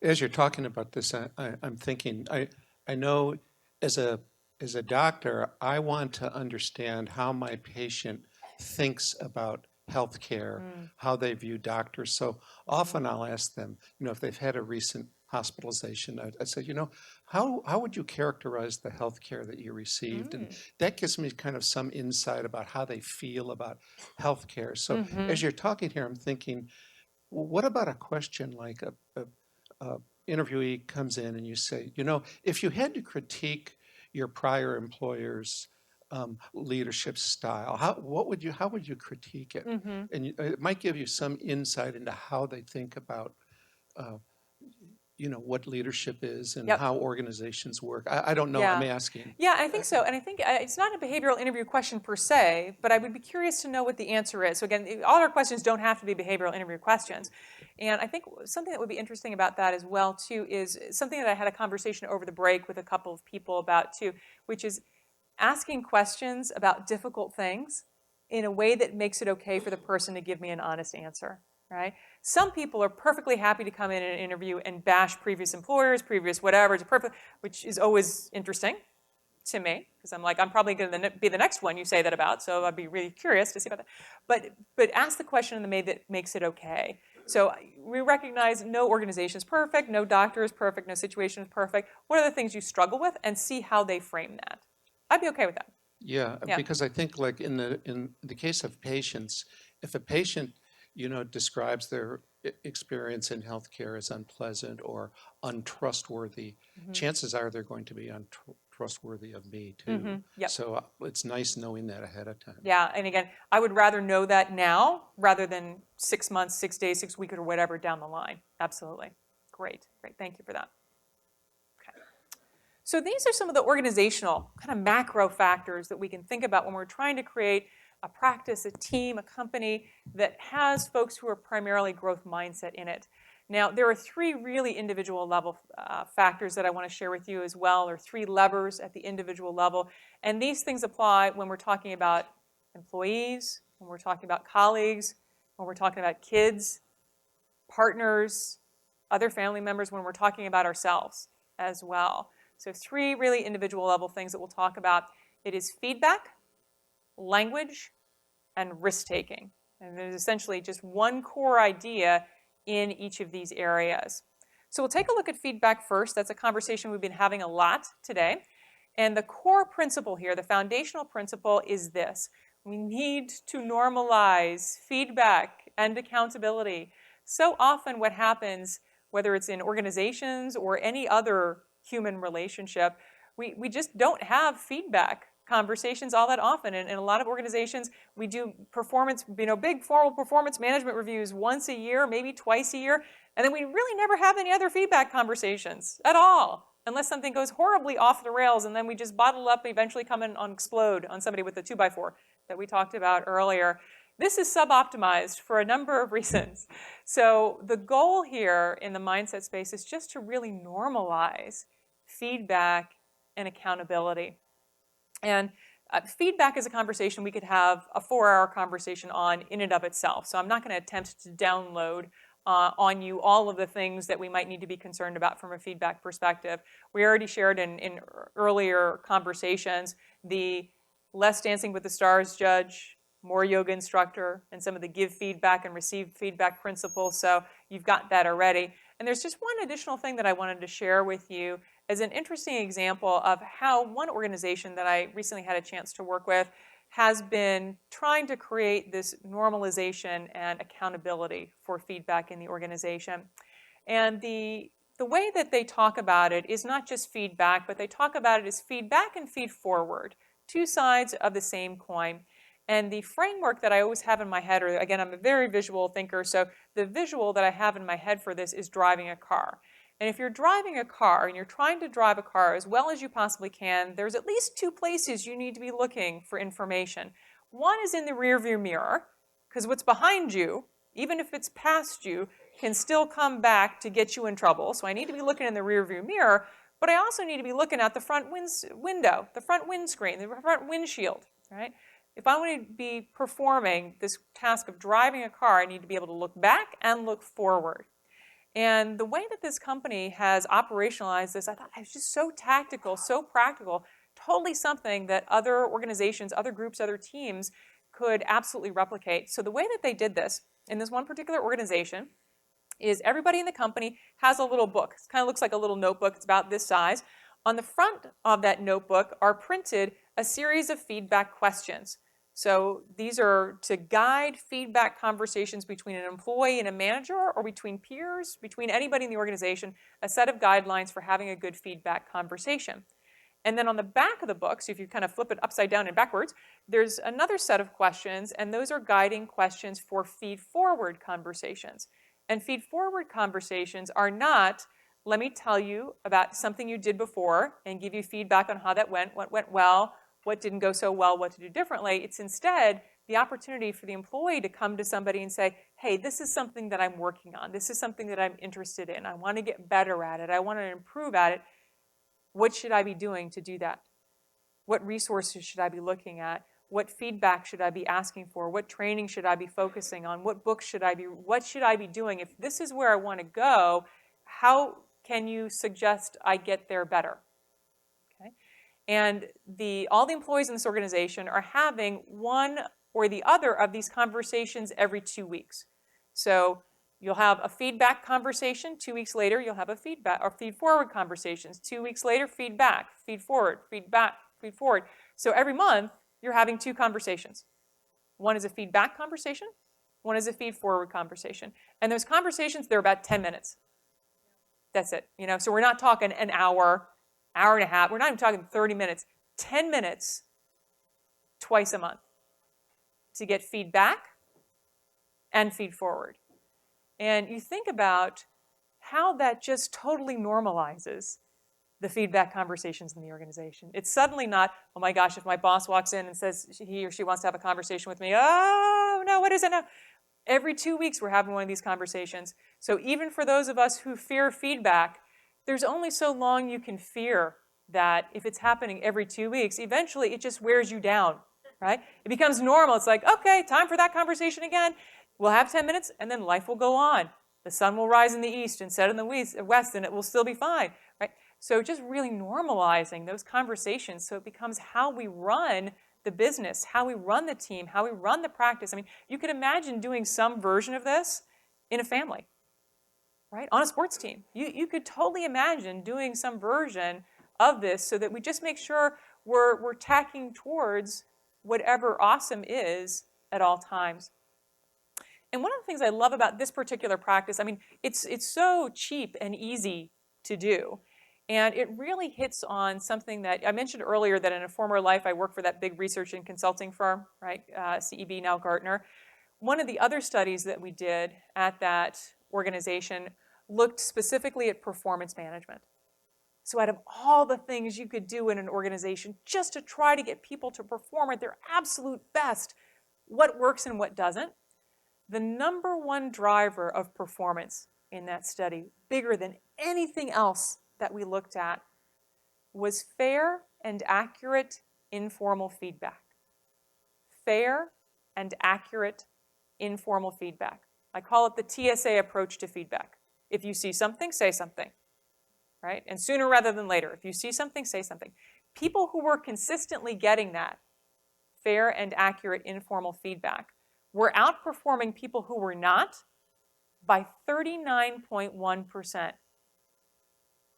That's a really big difference in performance, almost a 40% delta in performance just based on that one factor, fair and accurate informal feedback. And it's part of why I go to so much trouble in our mindset conversations to talk about the importance of feedback, because I know it's not just critically important to mindset, it's really critically important to performance at the end of the day as well. And again, I love sharing this one particular notebook example with you because it's so easy, it's so inexpensive. You could, again, literally leave here today and start doing this. And if we're starting to talk about 40% deltas in performance, not just for one person, but across the whole team, we're starting to talk about real money at that point, right? Okay.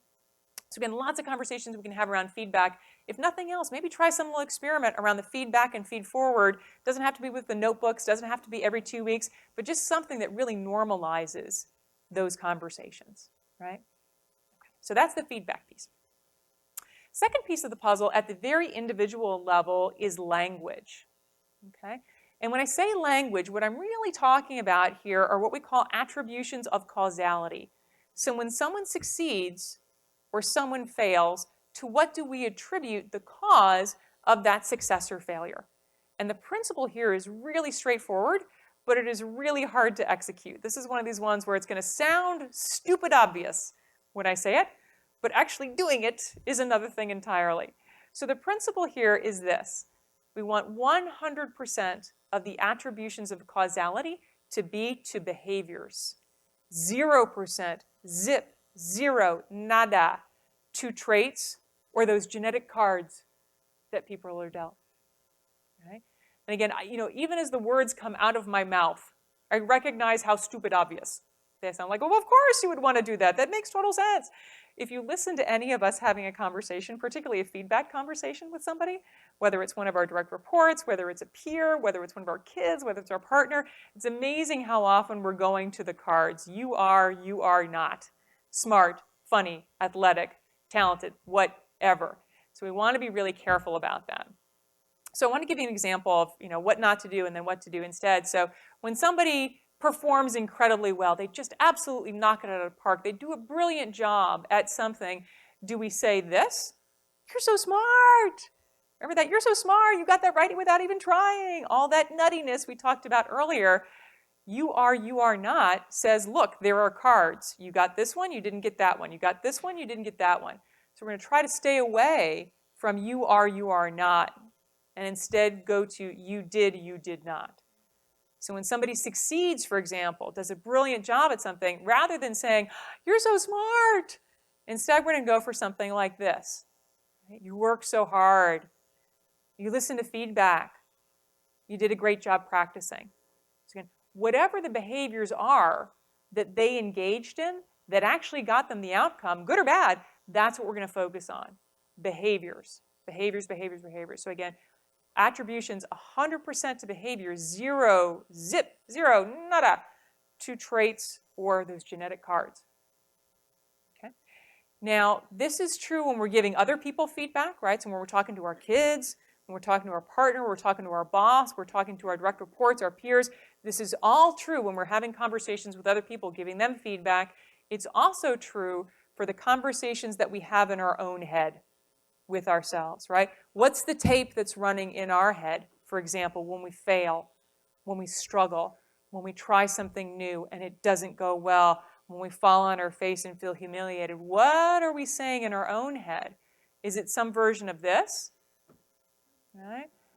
This one, or my personal favorite from a mindset perspective, this one, I can't do it. Can't do it. I cannot do it. Right? And you can see how all these things really feed our own fixed mindset. So my challenge to you, my suggestion to you, my offer to you is the next time you struggle with something, the next time you fail, the next time you do something and you disappoint yourself because you didn't do as well as you wanted or you expected or you hoped, don't go with, I can't do it. Reframing I want to offer you is instead, I can't do it yet. Right? And there is a universe of difference between those two statements. I can't do it, and I can't do it yet. Right? And then some other things that we might think about. So I can't do it yet, and what are the behaviors I need to engage in to get me there? Maybe I need to try harder. Maybe I need to practice more. Maybe I need to get some feedback. So again, the same principles apply for our own self-talk in our head that apply when we're having conversations with other people. 100% of the attributions of causality to behaviors, 0% to traits or cards. And remember, it's not I can't do it, it's I can't do it yet. Okay? And then the final piece of the puzzle here at the individual level is risk-taking. Risk-taking. And the fundamental principle here, the thing we want to keep in mind as our overriding, overarching true north that we're shooting for is this.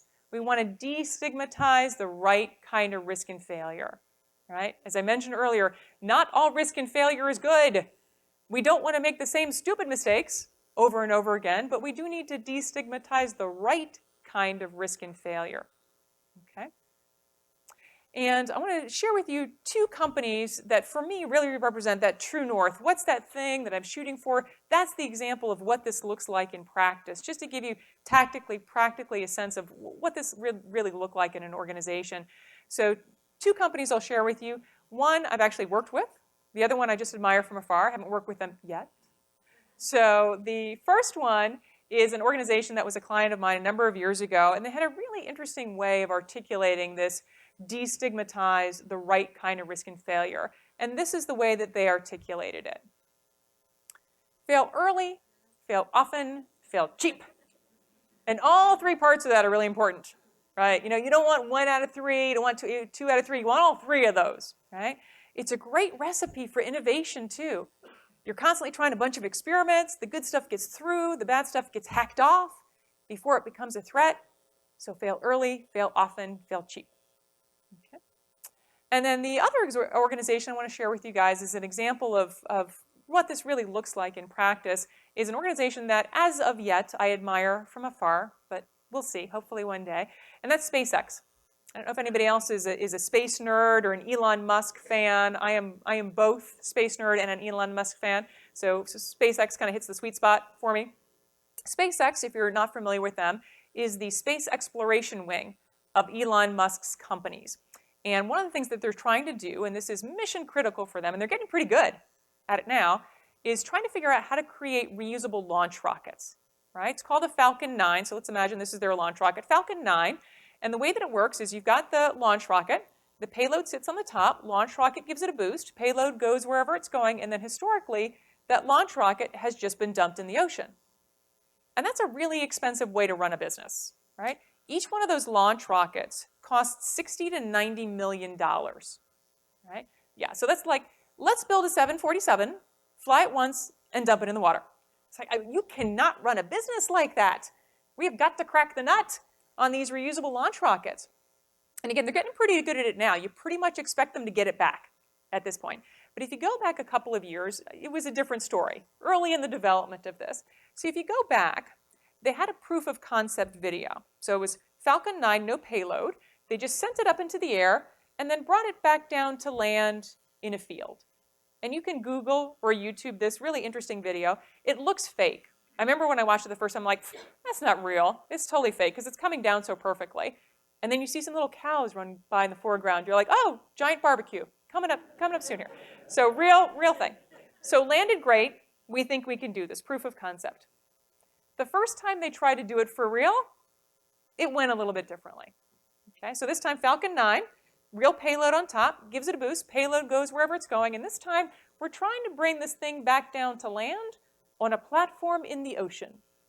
The thinking, I assume, being, if we miss, it still just ends up in the water. No harm, no foul. And as you watch it, it looks great. It's coming down, it looks great until about the last 60 seconds. And then in the last 60 seconds, it starts to wobble and destabilize, eventually hits the platform, explodes in spectacular fashion. It was a night launch, so it kind of looked like the Death Star blowing up. Super impressive. This was a failure by anybody's calculation. This is not what we were going for. And of course, they did an after-action review to figure out what went wrong. And what they discovered was it actually was going great. Until the last 60 seconds, the Falcon 9 ran out of hydraulic fluid. So it lost the ability to use the little stabilizer jets that poof out air to stabilize it. So that's why it destabilized, eventually hit the platform and blew up. And it was so interesting to look at Elon Musk's tweets in the hours, days, weeks leading up to the second launch. My personal favorite was this tweet. All right. Next launch in 2 to 3 weeks with way more hydraulic fluid.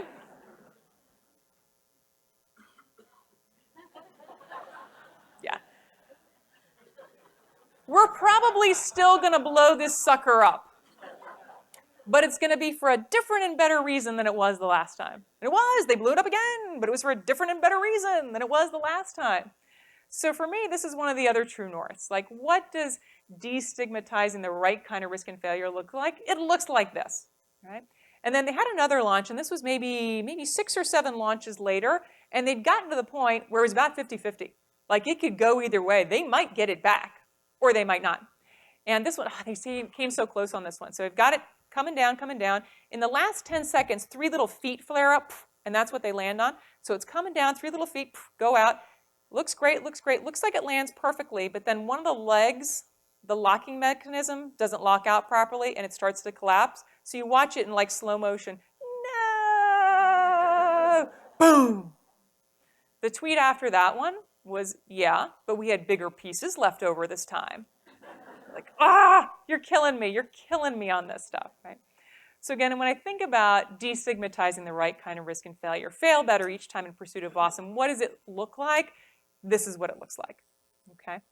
And one of the things that I'll also include is in the resources that we share with you guys after the session is a link to an online article out of the UK publication, and that article is entitled 8 Companies That Celebrate Mistakes. It's just really tactical, practical things that people are doing to try to create this kind of environment in real organizations. And you can absolutely leverage a lot of these same principles, a family, a sports team, a community, same principle. So I'll share some other examples with you in that space as well.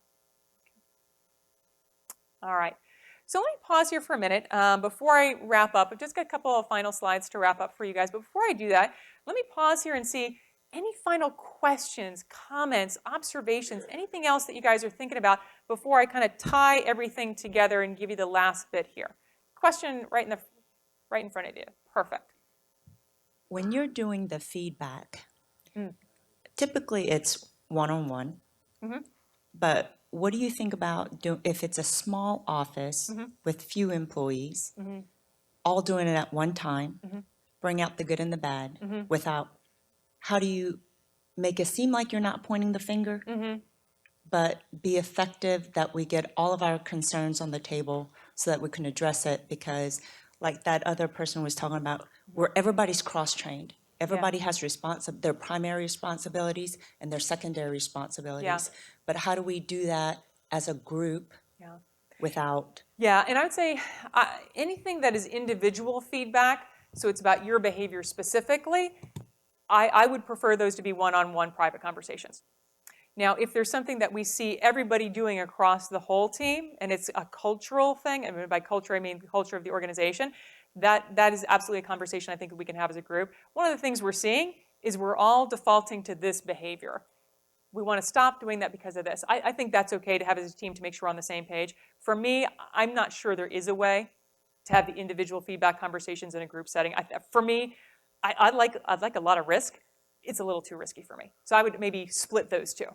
But I think that could work. Yeah, thank you for that. Interesting question, thank you. One more. Just taking it back a little bit. Yeah. Did you have any more advice or tips on the job posting, the ad part? I would say beyond the language, no. Because everything else is probably getting into stuff that doesn't necessarily have anything to do with mindset. So not specifically, but again, if you've got specific conversations, and I'll make this offer, and people say, I can't believe you make this kind of offer in a large group because you're going to be overwhelmed. People rarely take me up on this. But if you've got a job posting you've got out there and you want me to take a look at it and put a mindset lens filter and give you some feedback on, I'm happy to do that. You guys know I geek out on this stuff, right? So open offer. If you want to have that conversation, let's do that. Let's do that. Yeah. Okay. All right. So let me wrap it up, because again, I realize I am the only thing between you and lunch. Very dangerous position to be in. So 5 things we talked about today as ways to help people shift towards growth mindset, help organizations, help teams, help groups shift towards growth mindset. There were 2 organizational level factors we talked about, culture and hiring, because again, remember, I want to be in the behavior selection business, not the behavior modification business, right? Much easier to choose well and not break it than choose poorly and try to fix it. Again, I already have a job. I don't need that job too. And then 3 things we talked about at the really individual level, whether this is in an organization or a family, a team, a community, any collection of humans. These are really the 3 foundational principles for driving growth mindset. Feedback, right? Remember, normalize, accountability, feedback, feed forward, and then the other comments we had earlier this morning around less Dancing with the Stars judge and more yoga instructor. And then all the tips and tricks in terms of how to receive it well. Take some time to process. Thank you, please tell me more. Sniff the garbage before you throw it out, right? I shouldn't have said that because you almost forgot it. Now I reminded you. And then the last 2, language and risk-taking. So again, language, attributions of causality. 100% of attributions for causality to behaviors, 0% to traits or those genetic cards that were dealt. And the last one, risk-taking, right? How do we create an environment where fail early, fail often, fail cheap, fail better each time in pursuit of awesome is my reality. And I'll mention as well that part of why I emphasize feedback in this particular conversation around mindset is because of the impact that it has on performance. Remember, 39.1%, the people who are getting that fair and accurate informal feedback. The number 2 driver of performance in that same performance management study, so it was just slightly smaller than fair and accurate informal feedback, was risk-taking.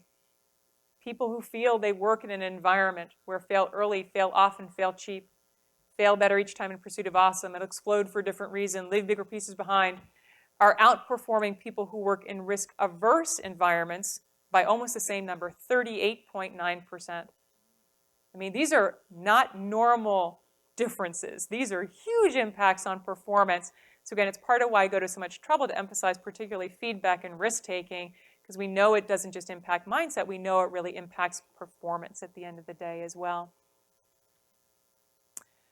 So final couple thoughts here. I want you to remember, when you leave here today, that your job is not to prove yourself. That is not your job. It is not your job to prove how smart, talented, awesome, amazing you already are. That is not your job. It's not your kid's job. It's not your employee's job. It's not your partner's job, and nobody's job. You have a different job. It is not to prove yourself. It is to improve yourself. 2 little letters, the I and the M, but they make such a big difference. Your job is not to prove how awesome you already are. Your job is simply to do whatever it takes to get more awesome. That's it. That's it. That's it.